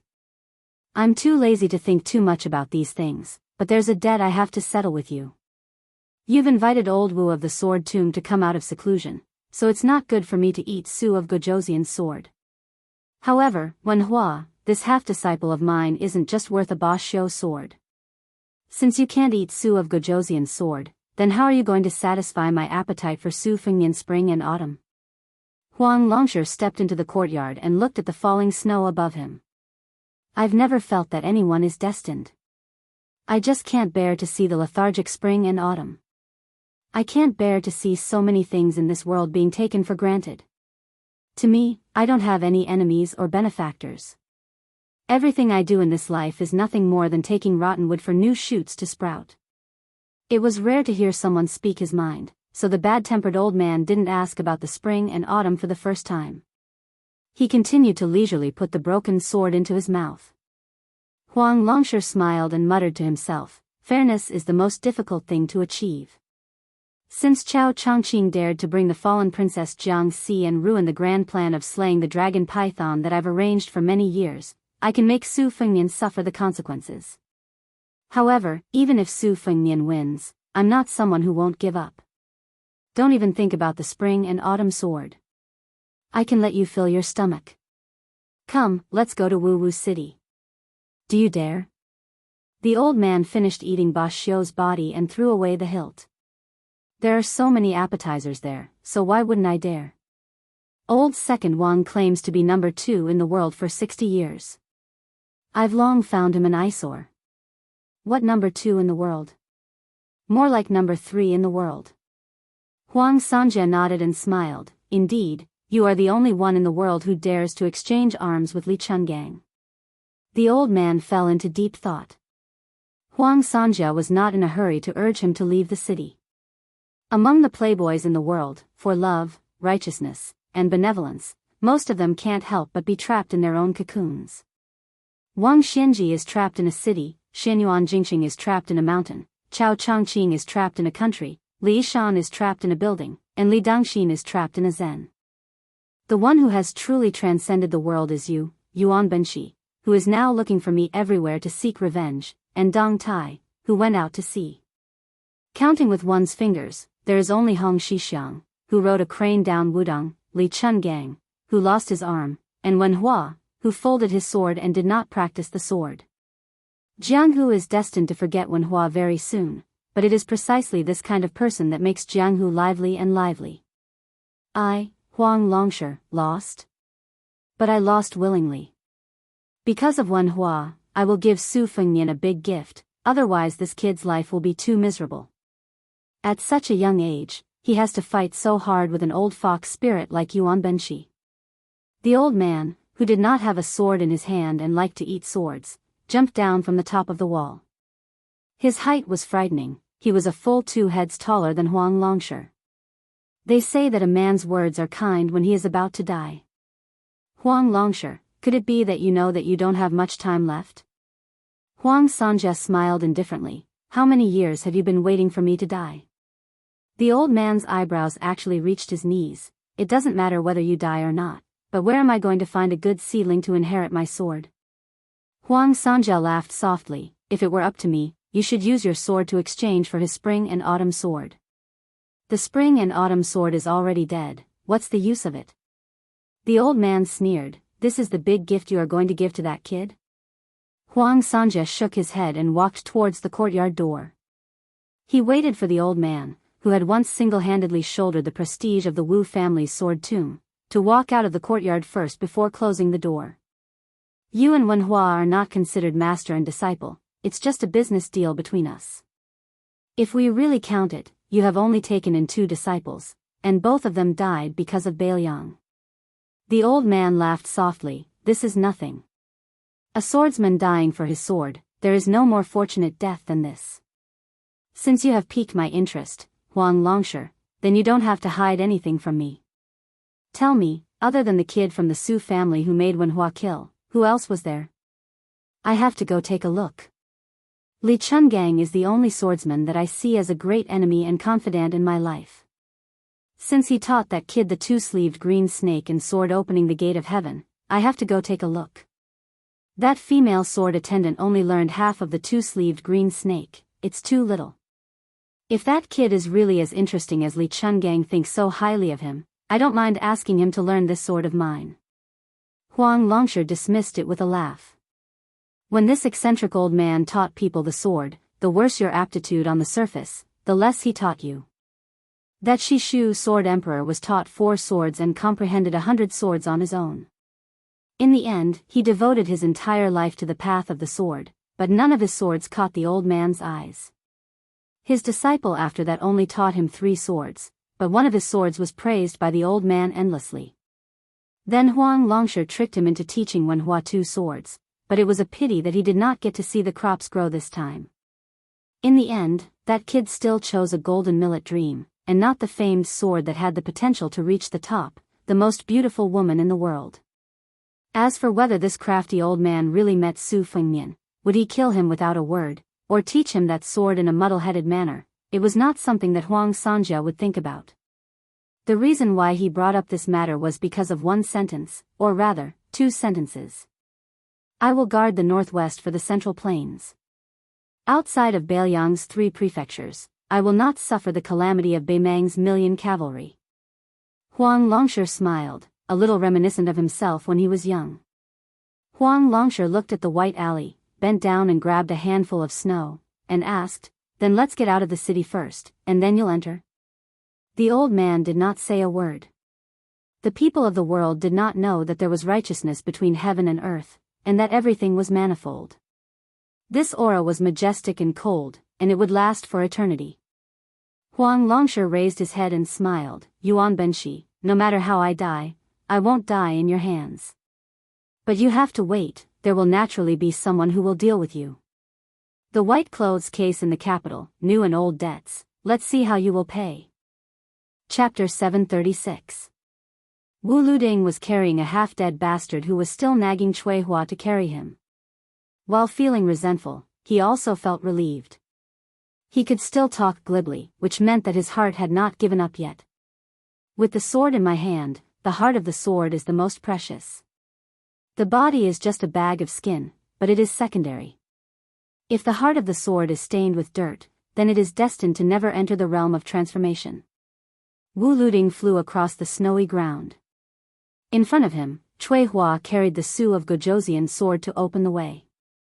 The capital's night guard was stricter than normal people could imagine. However, the night guards and some elite spies in this large area of the capital had already received orders from above. They could close one eye to the three people's whereabouts. As long as they did not commit acts of murder and robbery, they would not pay any attention to them. Therefore, the sword-crowned swordsmen went against the rules and their journey was unimpeded.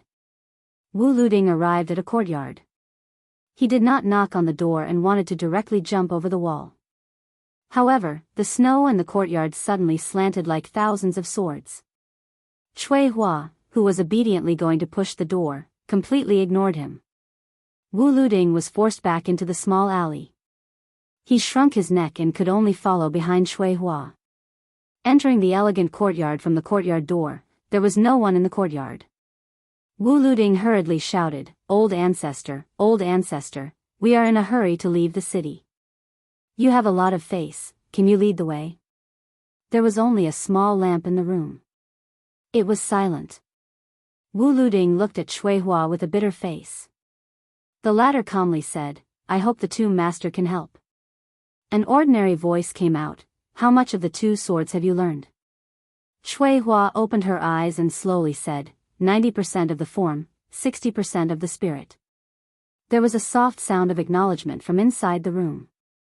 The thin old man bent his index finger and slowly walked out. There was a small lamp on the tip of his finger. He did not even look at Wu Luding. He frowned and asked, "What happened?" Wu Luding was just about to speak when the old man flicked his finger. The small lamp suddenly arrived. Cui Hua was indifferent, and Wu Luding closed his eyes and waited for death. The lamp leisurely returned to the old man's fingertip, like a moldy and withered tree. The lifeless old man carried the lamp out of the courtyard and entered a carriage. The coachman was an old man who was even older than the old man. Some people would even believe that he was 60 years old. In fact, this man was 40 years old. He believed that his swordsmanship had reached a bottleneck, so he went to the Wu family's sword tomb to retrieve a sword. In the end, he became a withered swordsman of the Wu family. At 60 years old, he became the sword attendant of the old man in the carriage. Now, he was old enough to compete with Wudang Mountain's alchemist, Song Jiming. Wu Luding carried Wen Hua and sat in the carriage. Cui Hua continued to lead the way. The carriage drove towards the central axle road. The old man gently flicked his finger, and the lamp came out of the carriage. It was still in front of Cui Hua, and the thick snow on the road immediately melted. The old man sat down and asked softly, "This is Wen Hua?" Wu Luding was a straightforward person who couldn't hold back his words. He spilled the beans from a bamboo tube. "This kid has a one-track mind. Huang Longshi, that 1,000-year-old bastard, taught him to practice the sword so that he could kill that Bailiang heir's brother, Su Fengnian. He refused. Not only did he leave the Ba Xiu sword that he won from Lu Baijie to that bastard, he even broke the wooden sword that he valued more than his own life. Even if he lost an arm and a leg, it's fine. After all, with Li Chuangong's example, it's not impossible for him to make a comeback. But this kid lost the wooden sword and destroyed his acupoints. He's like a broken dam, not a single bit is left. How the hell is he going to practice the sword in the future? What did you say about lending me 10 taels of silver to return 12 or 13 taels of silver? You've lost everything, not even 20 taels of silver. Wen Busheng, has your head been kicked by a donkey? Wen Hua leaned against the wall of the carriage, his entire body reeking of blood. He gritted his teeth and didn't make a sound. The old man said calmly, "If I didn't do this, do you think Huang Longshi would have let him live? Huang Longshi, that madman, when has he ever cared about old friendships? No one can understand the logic in his stomach. Since you're his chess piece, if you want to leave the chessboard alive, you're no different from a dead person." Wu Luding snorted coldly. The old man kept his eyes closed and his tone was still gentle. Lu Ding, if it was you, you wouldn't be able to practice the sword like him? Fine, if you think so, I'll break one arm and one arm of yours, destroy your cultivation and throw you to the sword mountain. We'll talk about it again when you feel that you can practice the sword. Wu Luding didn't think that the old ancestor was joking at all. He quickly smiled apologetically. Old ancestor, don't be angry. I'm just feeling unworthy for Wen Bushing. If he can practice the sword, he can practice the sword 10,000 times. The old man opened his eyes and looked at the young wanderer who was drenched in blood. He asked, "You're all alone now. You're empty now. It's time for you to turn from bad to good. Have you ever thought of returning to the sword mound with me?" Wen Hua covered his broken arm with one hand. His face was as pale as the snow outside the carriage. He shook his head and said with an unusually clear gaze, "I know you're the great old ancestor of the Wu family's sword mound. But I've said that I won't practice the sword anymore. I won't touch the sword for the rest of my life." The old man dismissed it with a smile. He didn't force it and closed his eyes. The floating light on the street was a sword. The snow outside the carriage was a sword. Even the capital city could be a sword. The sword itself was a sword. How could it be determined whether one had a sword or not? Wu Luding stared with his eyes wide open. His face was full of shock. The old ancestor was actually smiling. Before the carriage arrived, the city gates slowly opened. It could be seen that the Wu family's sword mound wasn't as far away from right and wrong as the rumor said. The coachman got off the carriage and handed the reins to Cui Hua, who was also a sword attendant. Before the head of the Wu family got off the carriage, he wiped his 2 fingers and extinguished the light outside the carriage. He said, "Wen Hua, I'll remember this name. When you remember that you're lacking a sword, you might as well come to the sword mound to take a look. 800 years of hidden swords, collecting swords and snatching swords. Sword Mountain has hundreds of thousands of swords piled up into a mountain. If you don't have the sword you want by then, it won't be too late to leave the mound." Wen Hua was still stubbornly shaking his head. Wu Luding wished he could slap this untactful Wen Bushing to the ground and bury him in the snow. The old man of the Wu family, who was known as the Su of Gojoseon, stood on the street with his sword attendant and watched the carriage leave the city. The heavy snow behind them quickly covered the seemingly endless imperial road. Chapter 737. The old man muttered to himself. Outsiders mistakenly thought that the withered sword of the Wu family was the emotionless sword. They were gravely mistaken. This time, Lu Ding should understand this logic. The emotionless way of heaven never meant that the people of the world were heartless, but fairness. If a person is emotionless, not to mention carrying a sword, he is not even fit to be a human. The sword attendant beside Su of Gojoseon did not move at all. The old man looked back. "I don't know why, but from here to the palace, there are a total of 18 doors. I always feel that in the future, there will be a junior who can pass through them with one sword." The carriage drove half a mile out of the capital. Inside the carriage, Wen Bushing suddenly said, "Let me take another look." Cui Hua stopped the carriage and hung up the curtain. Wu Luding supported this fellow and looked towards the capital. Wu Luding said softly, regretting. "It's not too late. The swordsman that my ancestor has set his eyes on is at most one hand. If you want to go to the sword tomb, I will send you there." Wen Hua sat upright and looked straight at the capital. "There is something that I wanted to tell you too for a long time. In the past, I was narrow-minded and was afraid that if you two listened to me, your swordsmanship would improve by leaps and bounds, so I hid it from you. Since I don't practice swordsmanship anymore, I will say a few more words. Whether it makes sense or not, I am not sure. Whether you want to listen or not is your business. Lu Ding, you practice the tyrannical way of sword, but since I know that Su Fengmian is really the son of Butcher Su Shao, then I believe that the so-called tyrannical way is not really heartless.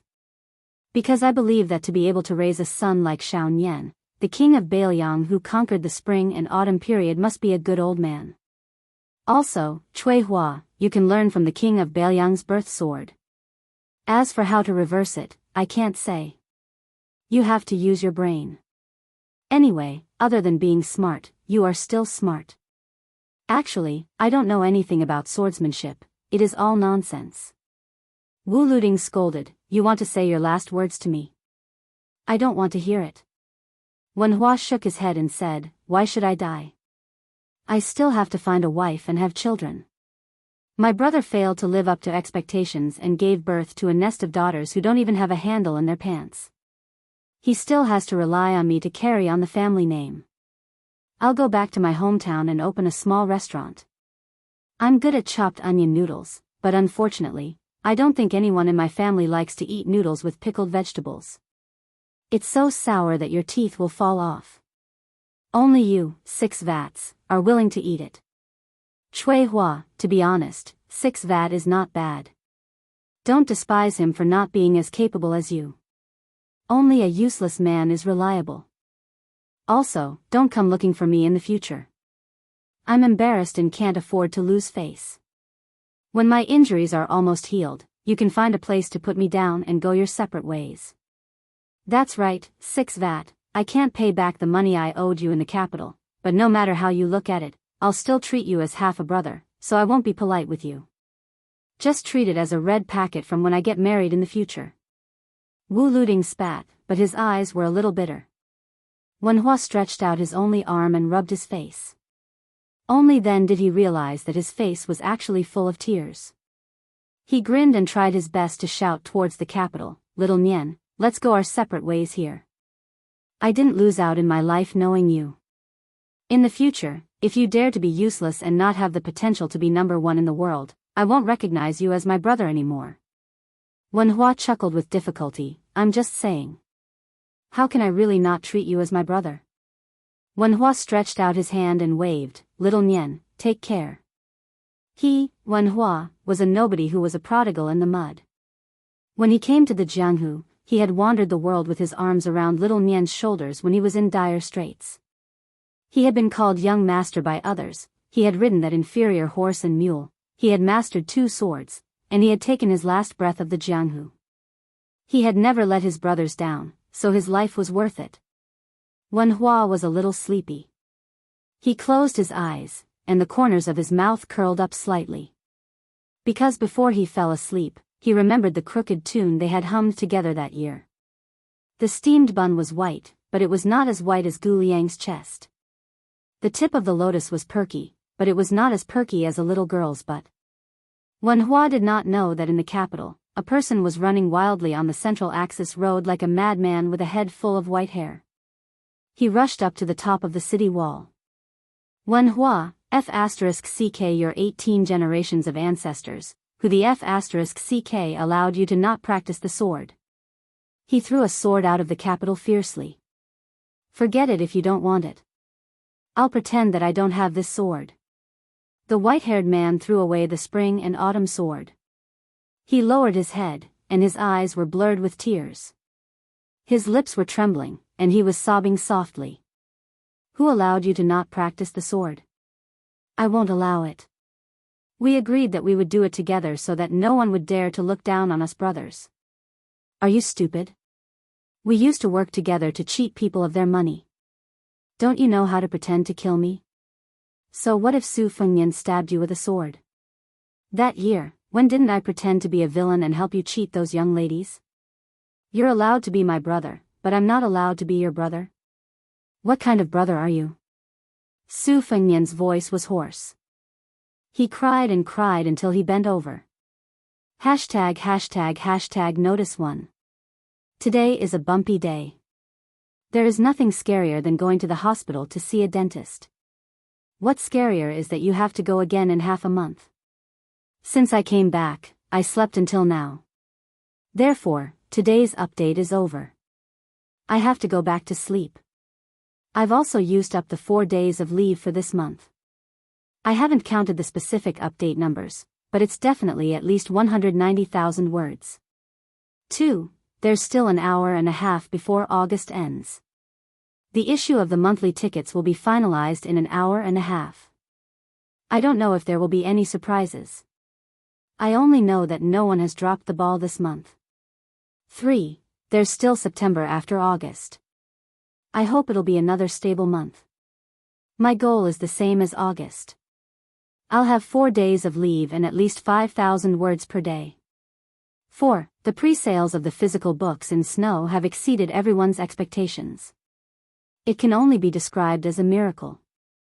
It's on Dang Dang, Amazon, and Jingdong.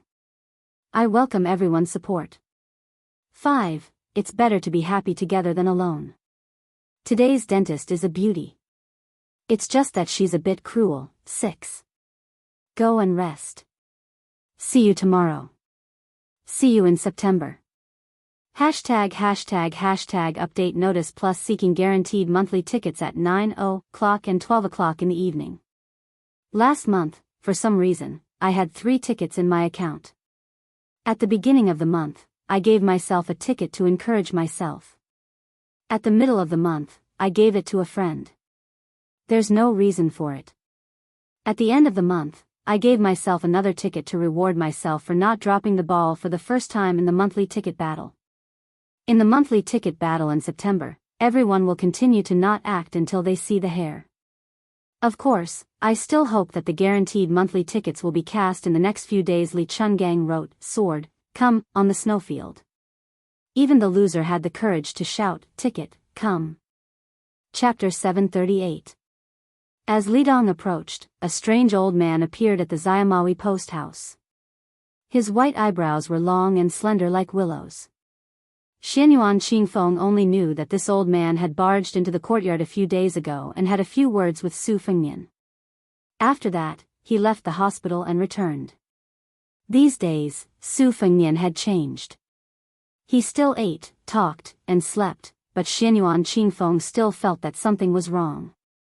The snow gradually stopped.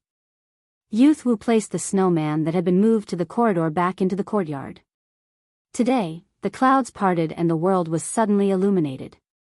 Su Fengnian was lying on a rattan chair. The white-browed ancestor of unknown identity was nowhere to be seen. The snowman stood under the dragon claw locust tree, and Su Fengnian stared at it in a daze. Xianyuan Qingfeng moved a rattan chair to the side, and after lying down, he rocked back and forth, babbling. When a woman stood up, she stuck out her chest, causing her twin peaks to rise. That was nothing, but when she lay down, it was especially spectacular, showing her true elegance. Xianyuan Qingfeng asked, "Who's that old man?" These days, Su Fengnian would answer every question. He didn't put on a stern face for anyone. Instead, his temper gradually improved. He only said that he would exchange arms with Li Chungang. Xianyuan Qingfeng began to stir up trouble again. "Isn't Old Sword Godly half your master? Your enemy is right in front of you. Why don't you draw your sword?" Su Fengnian laughed softly. "One sword, one sword. Why would Li Chungang need others to avenge him? Besides, Old Huang is his disciple." Xianyuan Qingfeng frowned. "The toothless Jian Huang is this old man's disciple?" Su Fengnian nodded. Xianyuan Qingfeng hesitated for a moment. In the end, he still asked, "What happened?" Su Fengnian stared straight at the snowman. Just before Xianyuan Qingfeng's patience reached its limit, he said, "Xianyuan Qingfeng, your dream is to become a martial artist like Wang Xianji? To become the Empress of Liang Lake? But I know that this is something that happened after the Battle of Bulgang. What was your earlier dream?" Xianyuan Qingfeng said calmly, "My father can walk into my mother's courtyard and drink the osmanthus wine together during the mid-autumn reunion." Su Fengnian returned the favor and said with a smile, "When I was young, my dream was to be a hero who punishes evil. It doesn't matter if I use a sword or a saber, but I must uphold justice. First, I must avenge my mother. Then, I will go to Jianghu and make a name for myself. It would be best if I could find a good woman like my mother in Jianghu. At that time, I didn't think about whether I would become the king of Bailiang in the future, because I never thought that Su Xiao would grow old." Then he stretched out his finger and pointed at the snowman. "The dream is that little snowman. It can't be sold for money. Only children would treat it as a treasure and wouldn't trade it even if there were mountains of gold and silver. But at our age, most people don't like to talk about dreams anymore, They feel that it's pretentious and unrealistic. Take me for example. I don't have any hope in my dream of becoming a hero in Jianghu. You and I are just trying to cheat each other and trade with each other. In the future, those Jianghu people who rely on Bailiang will only be sold based on their abilities to get an official position. What I said on the Royal Road earlier isn't a dream, it's a responsibility. Your dream now isn't a dream either, it's an ambition. Among the people I know, only 2 people really have dreams, and they haven't changed after all these years. But our dreams, once the snowman melts under the sun, it's gone. Their dreams are that even if the snowman is gone this year, they will wait for the heavy snow next year to make another snowman, year after year. Xianyuan Qingfeng said with a smile, one of them is Jiang and I, who wants to kill you, and the other is Wenhua, who only wants to be a swordsman and be able to afford an iron sword. Su Fengnian nodded. That's right. When you grow up, you feel that your dreams are very childish. Those aren't dreams at all. Su Fengnian said calmly, Wenhua is a fool who values his dreams more than his life. It's because he has something valuable that I don't have that I admire him. Smart people like to laugh at others for not shedding tears until they see the coffin. Wenhua has always been that fool who is laughed at. When he was young, he carved bamboo swords, perhaps because he was laughed at by his family. When he grew up, he still carried a wooden sword, which was laughed at by his fellow villagers. After I met him, I also laughed at him every now and then for his one-track mind and that he deserved to be a good-for-nothing. After we separated, sometimes I thought of Wenhua. I felt that if this kid were to roam the Jianghu one day and was really killed, I would definitely avenge him and wipe out his enemies. This time, that when Bushing who appeared in the capital, I actually didn't want it to be Wenhua. It's not that I'm afraid that my brother will steal the limelight, but I also practice swordsmanship and martial arts. I know better than anyone what I want to gain and what I have to pay. I, Su Fengnian, am the heir of Bailiang.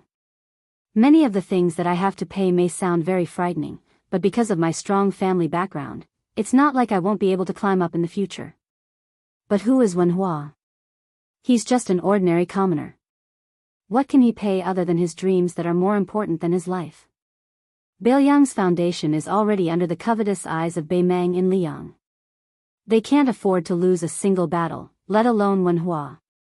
Xianyuan Qingfeng said indifferently, therefore, Wenhua is Wen Bushing. Su Fengnian stood up and walked to the old locust tree to squat down. Su Fengnian followed behind him as if he was possessed by gods and gods. Reaching out, he dug out a handful of snow from the ground and piled it on top of the snowman. He lightly patted it a few times. Wenhua's 2 sword moves were taught by Huang Sanjia on his behalf. He is the great benefactor who made Wenhua's dreams come true. Huang Sanjia wanted him to kill me. If it were you who wanted to kill me, regardless of whether you succeeded or not, you would have a very high chance of escaping unscathed. Xianyuan Qingfeng, what would you do? Chapter 739. Ordinary women would find it extremely difficult to wear pure-colored clothes. Black and white were fine, but red and purple were as difficult as ascending to the heavens. Xianyuan Qingfeng was able to subdue disease, which showed how outstanding her appearance and temperament were. She thought for a moment and laughed.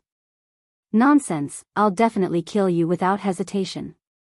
Even if you sold me the Imperial Jade Seal and let me take advantage of you, if Huang Longsher stood in front of me today and said that he could help me become an Earth Immortal in a few years without any worries, I'd kill you without hesitation. At most, I'd leave your corpse intact for the sake of our old friendship. Su Fengnian laughed and raised his head. You and I still have old friendship to reminisce about. Xianyuan Qingfeng didn't sprinkle salt on his wound. However, it was more appropriate to describe the current situation as adding frost to snow. Su Fengnian kept adding snow to the snowman. For some reason, Xianyuan Qingfeng felt a surge of anger and kicked the snowman to pieces. Su Fengnian stood up. The old man who came to deliver the message that night was lying on his rattan chair. Xianyuan Qingfeng waved her hand, indicating for Su Fengnian to scram out of the courtyard. She then started building the snowman again. Su Fengnian lay on the chair next to the old man. One old and one young. There was a great difference in age between them, probably 4 or 5 generations. The old man's eyebrows fluttered in the wind as he placed a hand on his white eyebrows and slowly rubbed them. In my life, the only thing I like is swordsmanship, and I only ask the enemy's strongest sword. The Wu family's sword tomb boasted of being number 1 in swordsmanship in the world, and I made the Su of Gojoseon unable to show his face. When Dong Tai was young, he struggled at death's door in Sword Mountain. I didn't teach this child any swordsmanship, only telling him to go get a sword if he didn't want to. But in the end, Dong Tai still chose to walk the path of swordsmanship. This is the stubbornness of his mother's womb, and I can't do anything about it.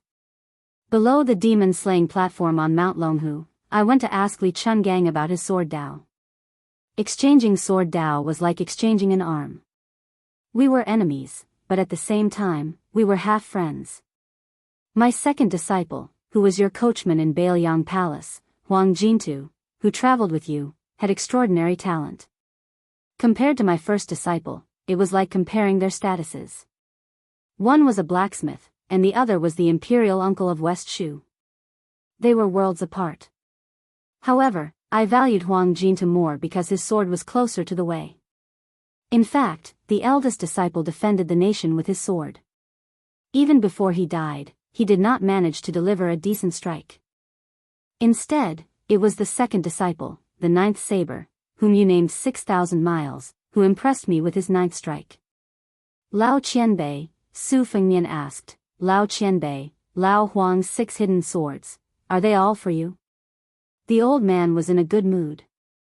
He nodded with a smile and said, this fool doesn't have the shackles of status. Therefore, no matter how he practices the sword, it's all about the word love. The clumsy bird flies first. Instead, he's more promising than his senior brother. He visited Martial Emperor City twice. The first time, he wanted the world to know his master's name. The second time, he hoped that I, his master, would know that it's not shameful to have such a clumsy disciple. Su Fengnian said, what he practices is the sword, and what he's returning is kindness. The old man smiled and said, I've made 3 bets with Huang Longsher in my life. He bet that the consort of the king of Bailiang would enter the realm of sword immortal during the battle in the palace. He bet that Li Chungang, who was imprisoned in the Tide Listening Pavilion, would enter the realm of earth immortal. The third bet was that Wen Hua would not practice the sword. Finally, I won once at the last moment. Otherwise, I would also have the nickname of Sui Busheng. The old man didn't need to look at Su Fengnian. He went straight to the point and said, there's no need to waste your time thinking about who this old man's surname Sui is. Even Huang Longsher doesn't know my real name. It's strange. I've made a few exchanges with Huang Longsher, but I still can't see what he wants. Back then, during the white clothes case in the capital, the Zhao family wanted to cut off the bloodline of the Su family. Yuan Benshi and the old emperor of the Zhao family were the masterminds. Yang Taisui could be considered half an accomplice. Huang Longsher bet that your mother, Wu Su, would enter the realm of sword immortal. He also used a famous sword in exchange for me to come out of seclusion, just in case, to protect the lives of the 2 of you. I divulged the heavenly secret not because I don't want you to bear a grudge against Huang Longsher. That old man should have died long ago. He's been fanning the flames everywhere. I just don't want him to die in the hands of small fries. The old man sighed deeply and said, in my opinion, there are only 2 types of moves in the world that are useful and good-looking. Li Xiaoxin's yellow river hanging above Dao Sec's head belongs to the good-looking category. There's no other way. After all, he's still a member of the 3 sections. The Wu family's Su of Gojoseon scattered stars in the sky is also good-looking but not useful. If you really want to explain it, it's like facing 10,000 enemies. Killing 300 and injuring 600 with one sword move can't compare to killing 500 with one sword move. Li Chuangang's 2-sleeved green snake is a little different. It's good-looking and useful. Back then, when I asked Li Chungang about the 2-sleeved green snake, I didn't want to ask about the 2-sleeved green snake. However, Li Chuangang's state of mind was damaged and couldn't open the heaven's gate. But in terms of the power of the sword moves, the 2-sleeved green snake was still at its peak. Back then, when I asked and answered the sword, even if one of our arms was cut off, I still left in high spirits and returned in high spirits. There's no grudge to speak of. Su Fengnian asked curiously, then Wang Xianji claims to be second in the world? The old man laughed and said, to be humble, even if Ancestor Lu's reincarnation, Dragon Tiger Qi Xuanjun, and Wudong's Hong Shixiang, they would only be evenly matched. Only Ancestor Lu, who passed through the Heaven's Gate 800 years ago, would have a 70% chance of winning. Su Fengnian kept his mouth shut. The old man said softly, in the martial world that we live in, there's no martial world where the more we mix, the more the tide will rise.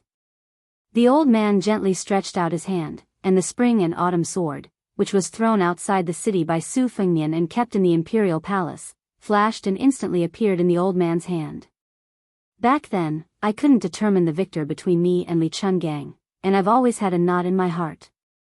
Since you have the quintessence of Li Chungang's two swords, especially the one that opened the Heaven's Gate, I'll teach you a sword move. When we determine the victor in the future, go to Li Chungang's grave and propose a toast. For this sword, I'll only take a scabbard. Keep the sword for me. I'm going to marshal Emperor City. When the spring and autumn sword returns to its scabbard is when I teach you that sword move. The old man threw the scabbard into the air and flew away on his sword. Clear laughter spread through Great Peace City. There are 3 million sword immortals in the sky, but they all have to bow before me. Chapter 740. Clouds hung low in the sky above the capital, a large expanse of gorgeous burning clouds. The woman's purple robes dragged across the snowy ground. In the end, she still piled up a crooked snowman. Su Fengnian lay on the rattan chair and asked with a smile, how many purple robes did you bring? Back in the day, when I listened to the old men in Tide Listening Pavilion talk about the legends of Jianghu, I was always curious about how those white-robed swordsmen dressed themselves. Last time I went to Beimang, at Tuma Pass, I saw one. Now I'm puzzled. In the future, when you walk the martial arts world, are you determined to only wear purple robes? But speaking of which, although there are many colors in the world, there are only so many pure colors. The green robes have Chao Chongqing, and the white robes have Chen Jibao. When it comes to a junior like you, there aren't many colors to choose from. Xianyuan Qingfeng seemed to be very satisfied with the little snowman. Smiling, he stood up and clapped his hands, restraining his smile. Don't you think about why that sword-eating old man surnamed Sui came to the Demoyai post house? Is he up to no good? Taking 10,000 steps back, Huang Longshi's kung fu is even above Chao Chongqing's. Other than Wen Hua's broken sword, which wounds are more severe than sword strikes, does Huang Longshi really not have any other tricks up his sleeve? If you were to be killed in the capital, whether it's the Chuanxiu remnant rebels who hate the king of Bailiang or the hidden forces in Beimang, I'm sure they would all clap their hands and cheer. How could it be just a big white robe? Furthermore, I don't see you paying any attention to the Lidong Imperial Assembly or the coronation of a prince. These days, you've only been holed up in this post house. Don't you feel suffocated? Su Fengnian glanced at the pitiful snowman and sat up with a smile. Then let's go out for a walk. Su Xiao mentioned some wonderful snacks. I also want to try them, but I don't think they're good enough for me. Even a seat would be dirty. Xianyuan Qingfeng wanted to retort, but he swallowed the words at the tip of his tongue and laughed softly. You and I aren't the same kind of people. Su Fengnian nodded and said, that's right. You should follow the restaurants and inns on the streets outside Ma Wei. The scholars of the capital are the same kind of people. Xianyuan Qingfeng couldn't be bothered to pay attention to him, but he remembered something. 2 days ago, this guy had suddenly become interested and wanted to go out to buy a rare type of yellow wine. It was still snowing heavily, and the courtyards and pavilions on both sides of the street had long been occupied by people from all walks of life in the capital. Xianyuan Qingfeng and Su Fengnian went out together. Other than Lu Wenbao, who continued to tremble under the dragon claw locust tree, there was a pair of old and young beggars further away from Ma Wei. When Xianyuan Qingfeng saw Su Fengnian walking towards them, he originally thought that Su Fengnian was putting on an act of tipping them. He didn't expect that Su Fengnian would only kick the old beggar, as if disdaining the old beggar for blocking his way. Xianyuan Qingfeng didn't think too much about it at the time, but after the two of them walked for a while, they saw many people running out of the buildings. Not only did they leave large amounts of silver behind, they also sent fox fur coats and food. The previously empty bowl was immediately filled with shining silver, and there were even a few banknotes. Later on, when the two of them returned from buying wine, they heard from Ma Wei-in's Tong Ziliang that the grandfather and grandson, who had been begging on the street for many years, had already been taken to a luxurious mansion with vermilion gates and high walls by a wealthy gentleman. He rewarded the old beggar with a carefree job, and that wealthy gentleman won the praise of nearly half of the capital on that day. Xianyuan Qingfeng couldn't help but laugh when he heard this.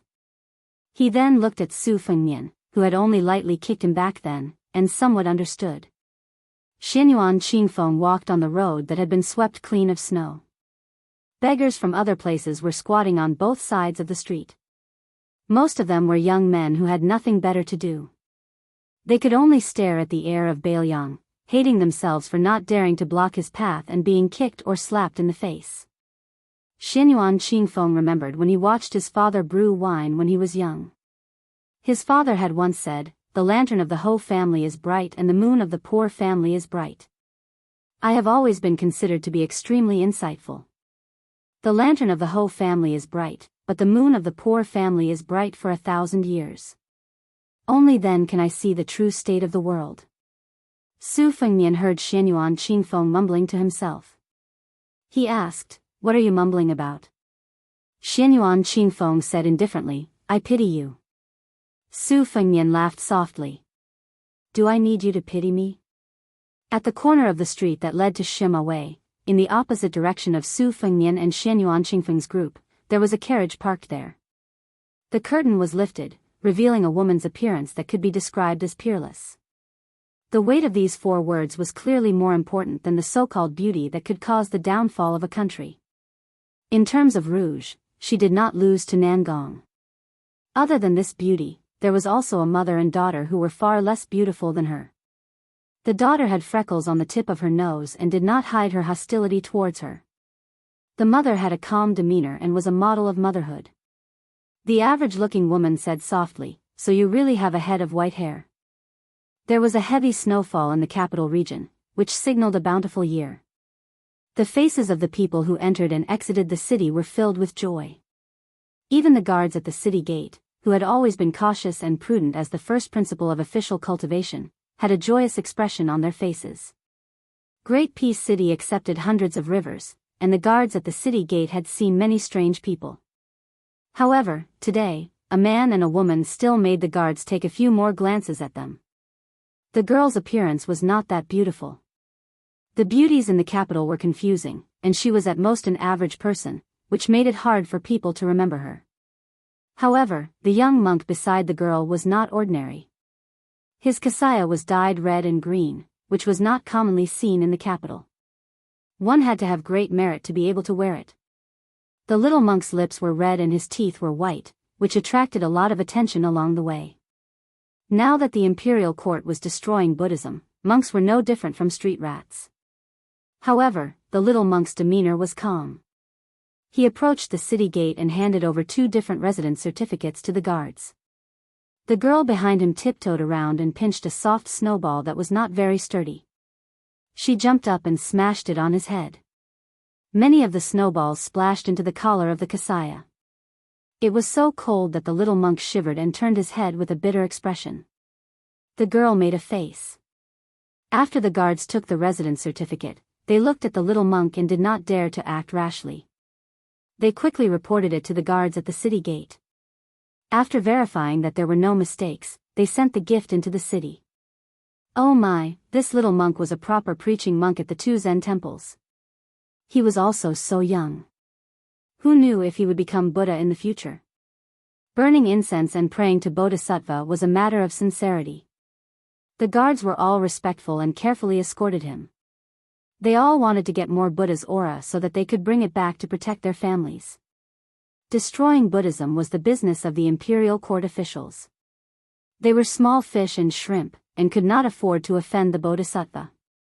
The little monk saw that the girl was going to pinch snowballs on the side of the road again and asked with a bitter expression, "You little thing, you've been smashing me since it started snowing.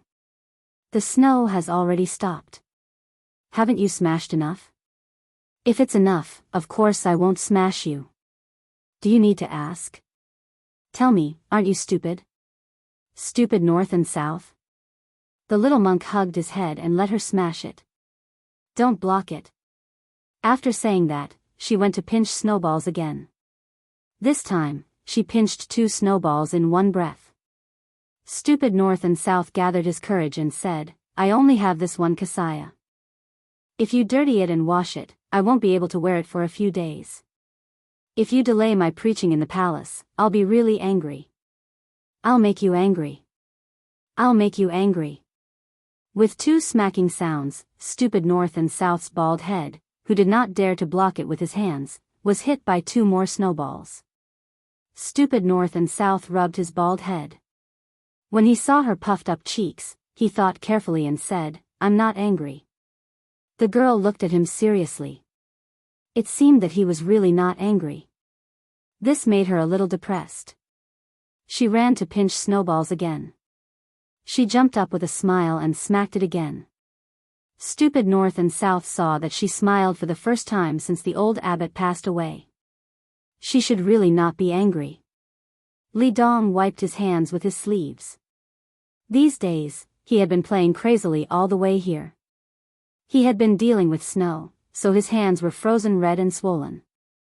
He looked at the seemingly endless imperial road and sighed. "How do you think we can find Su Fengnian? I heard from father that there are millions of people in the capital." Stupid north and south smiled brightly and said, "When we enter the palace, I'll help you ask." "Can you do it?" "Yes." "If you can't find him, do you believe that I'll let you start rolling a snowball from the gate behind us all the way to the gate on the other side?" "I can agree, but I don't know martial arts. I can't roll such a big snowball." "You're so stupid. Can you be the abbot of our temple?" "Sigh, I'm also worried." "Look, it's the rouge shop." "I'm worried." Stupid north and south. Turn your head and say, "What are you worried about?" "I'll make you worry." "Stand still and don't move."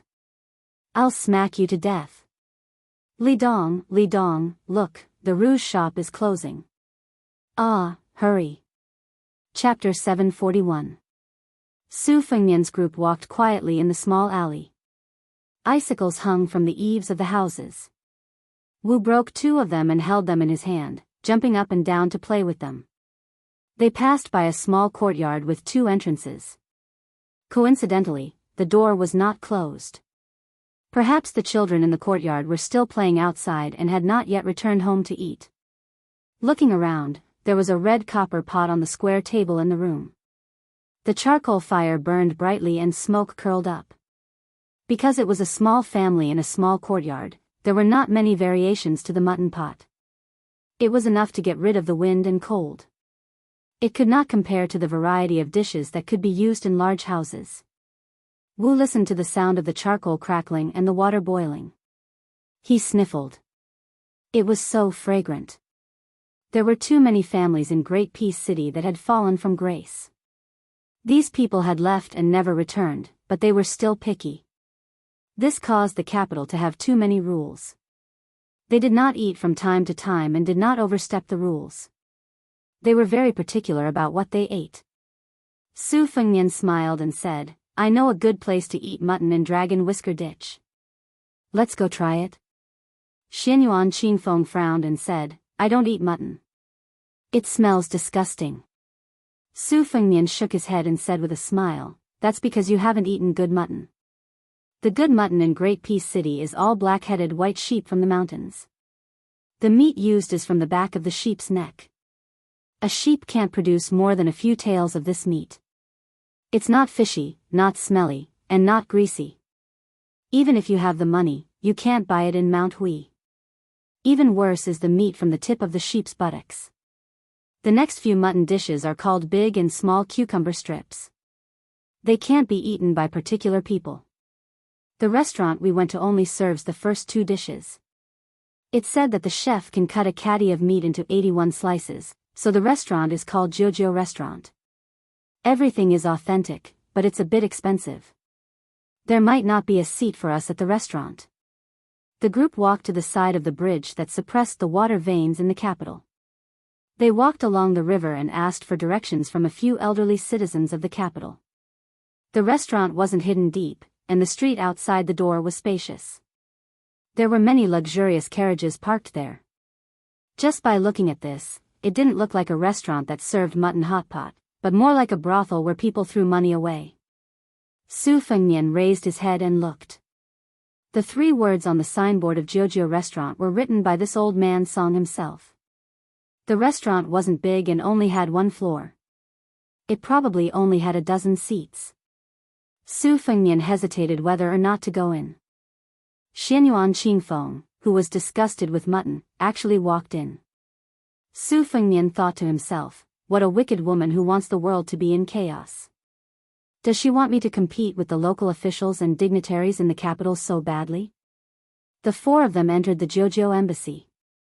Bluebird and Wu both looked like proper people, but Su Fengnian and Xianyuan Qingfeng were very eye-catching. This was especially true for the purple-clothed Mount Huishan mountain chieftain. Even Su Xiao said that she did indeed have a bit of the charm of a genuine imperial concubine in the palace. The moment she entered, although she merely looked around, everyone could clearly sense her arrogance.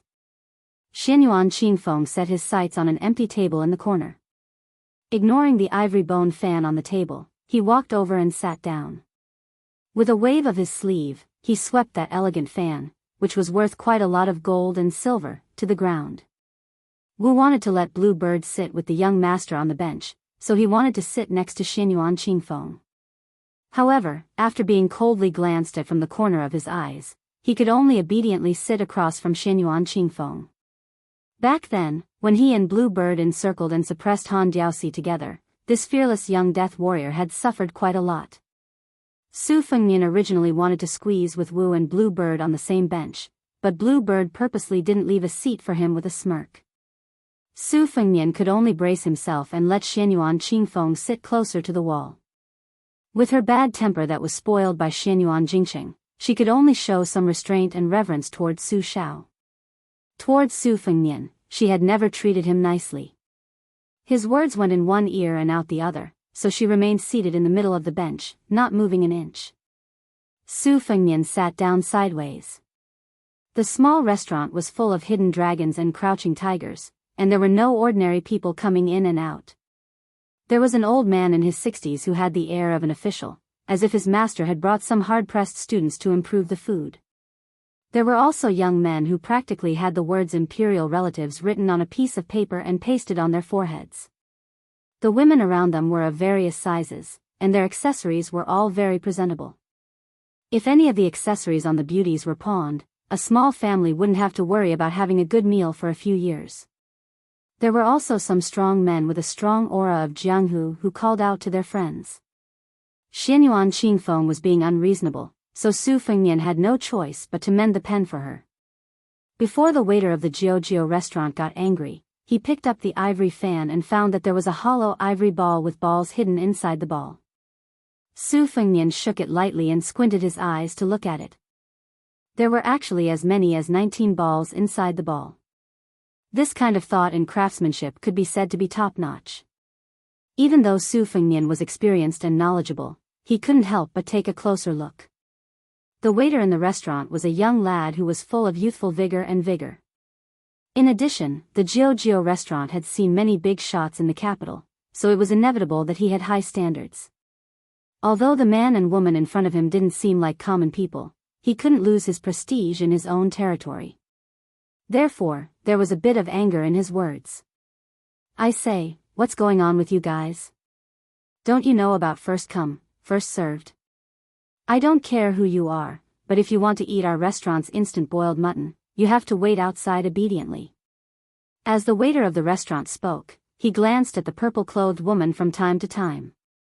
The reason why he spoke so loudly was nothing more than a petty scheme to attract her attention. Xianyuan Qingfeng turned her head and stretched out 2 fingers to point at the waiter's eyes. Su Fengnian calmly pressed down her hand and smiled apologetically at the waiter. We were in the wrong for taking the seat later on.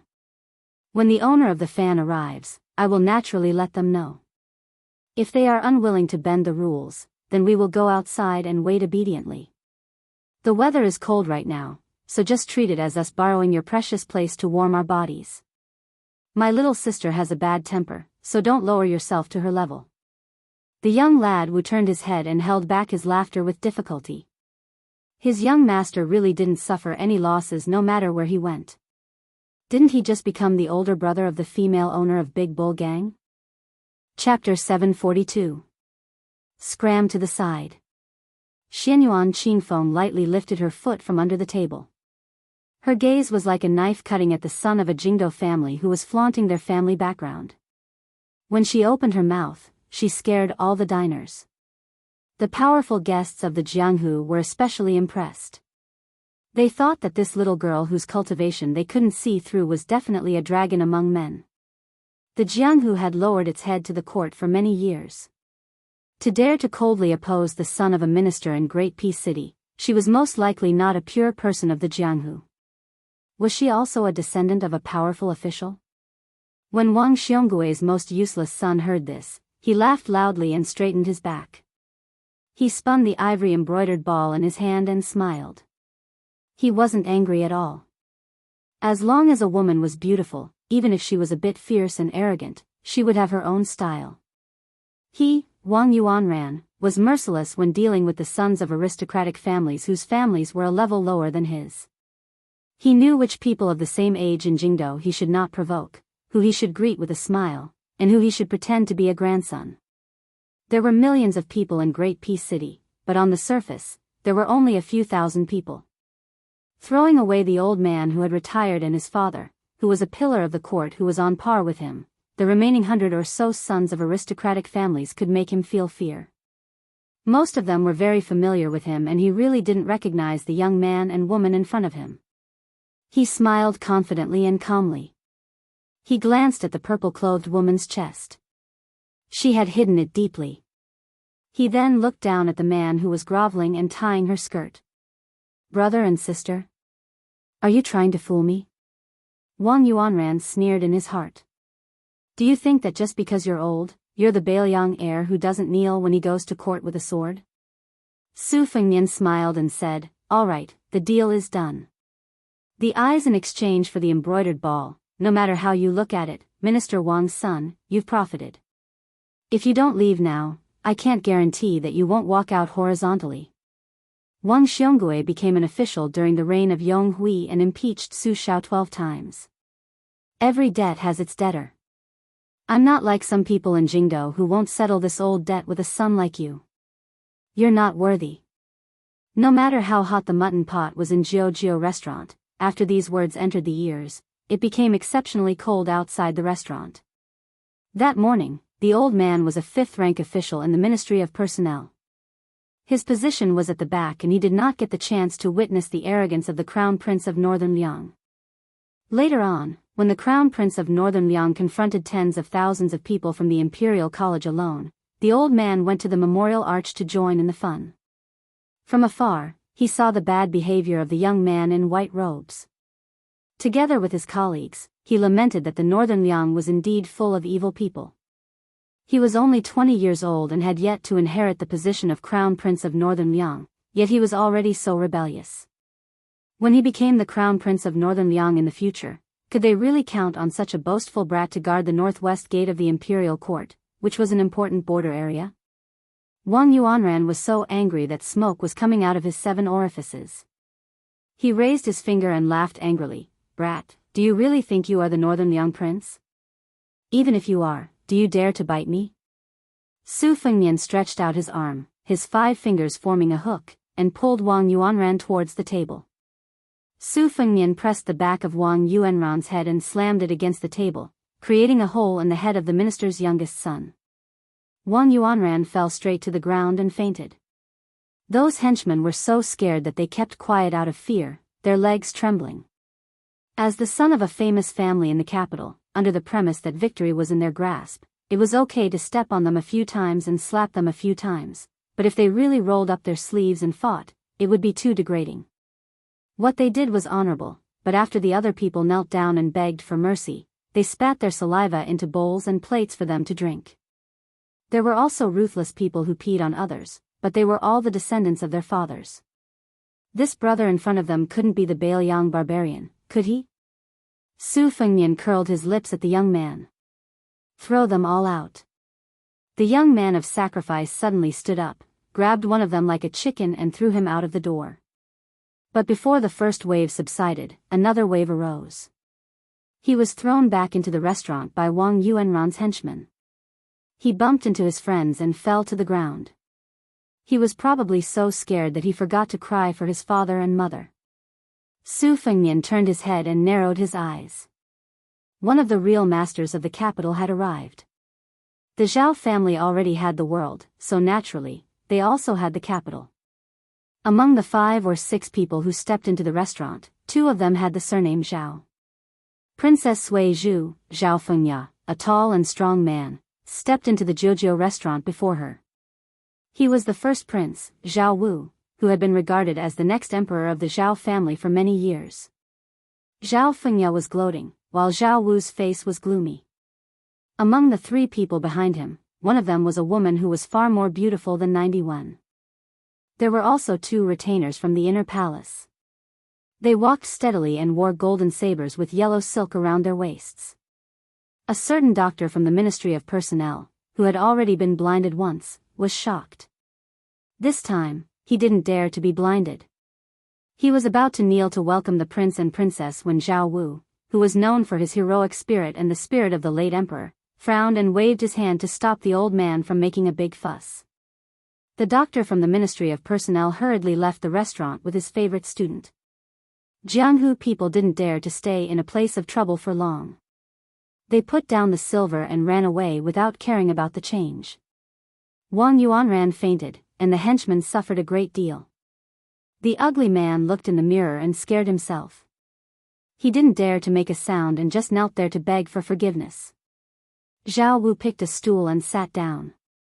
He didn't look at Su Fengnian and sneered, "Wild dogs have no manners. They pee everywhere and don't look at where they are." Chapter 743. Su Fengnian turned around and gestured to the waiter to place the dishes on the table. Then he laughed softly and said, "The dog is at the door, but it barks eagerly.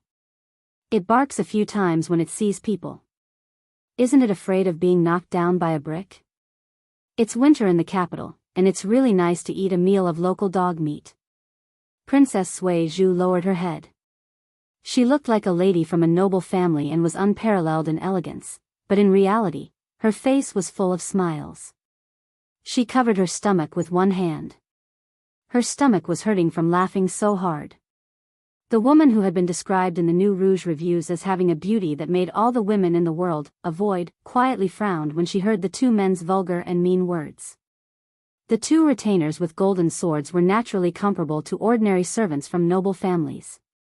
They held their breath and stood with their hands on their swords. They just quietly guarded the door of the restaurant and turned a deaf ear to the quarrel in the small restaurant. The great Prince Zhao Yi said calmly, "You're only worthy of being bitten by a watchdog like Wang Yuanran." How promising. The waiter of the Jiuzhou restaurant didn't dare to show his face. The owner of the restaurant was a middle-aged woman. It was unknown which family raised a canary, but she wasn't afraid in the face of such a storm. She walked out with a charming smile and placed the copper pot on the table with both hands. Then she deftly brought 3 plates of fresh and tender mutton slices with marbled patterns, sesame seed cakes, pickled cabbage, white-skinned sugar, garlic and other exquisite snacks. In addition, there were 7 or 8 bowls and plates with smoked vinegar from Qingshu, dried soy sauce, freshly fried chili, chives, flowers, and so on.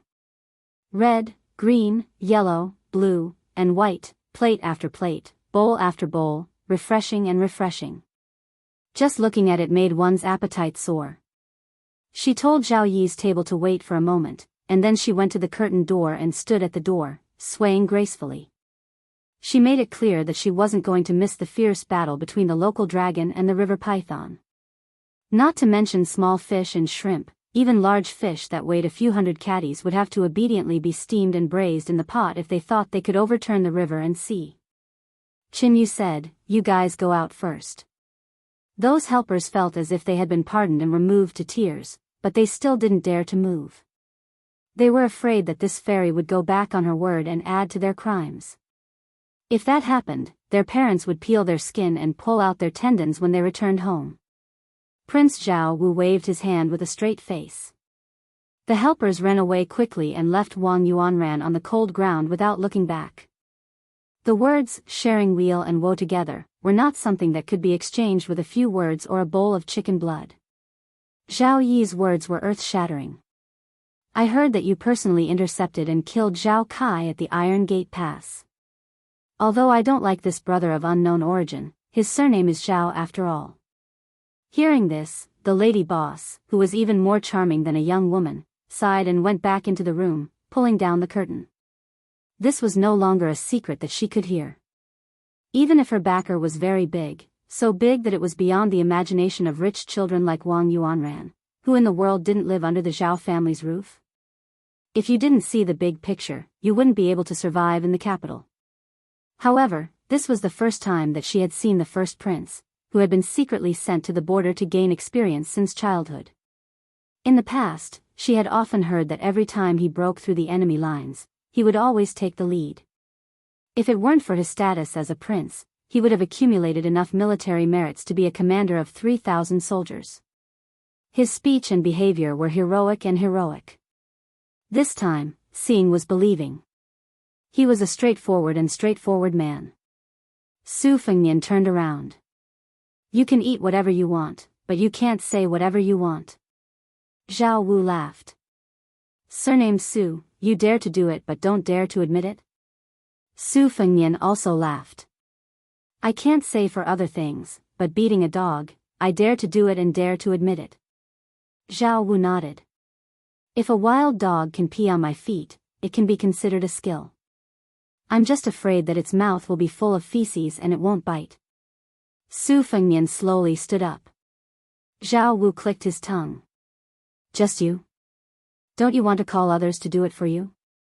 When the time comes, don't give yourself a way out by saying that you didn't eat and your hands and feet are weak."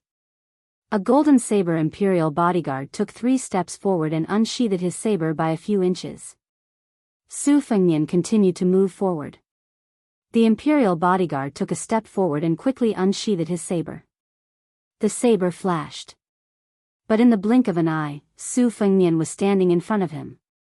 With one hand on the hilt, he put the saber back into the scabbard. The imperial bodyguard, whose strength was close to second rank, had a cold look in his eyes. He raised his knee and knocked.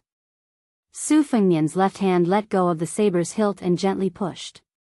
The imperial bodyguard's knee missed.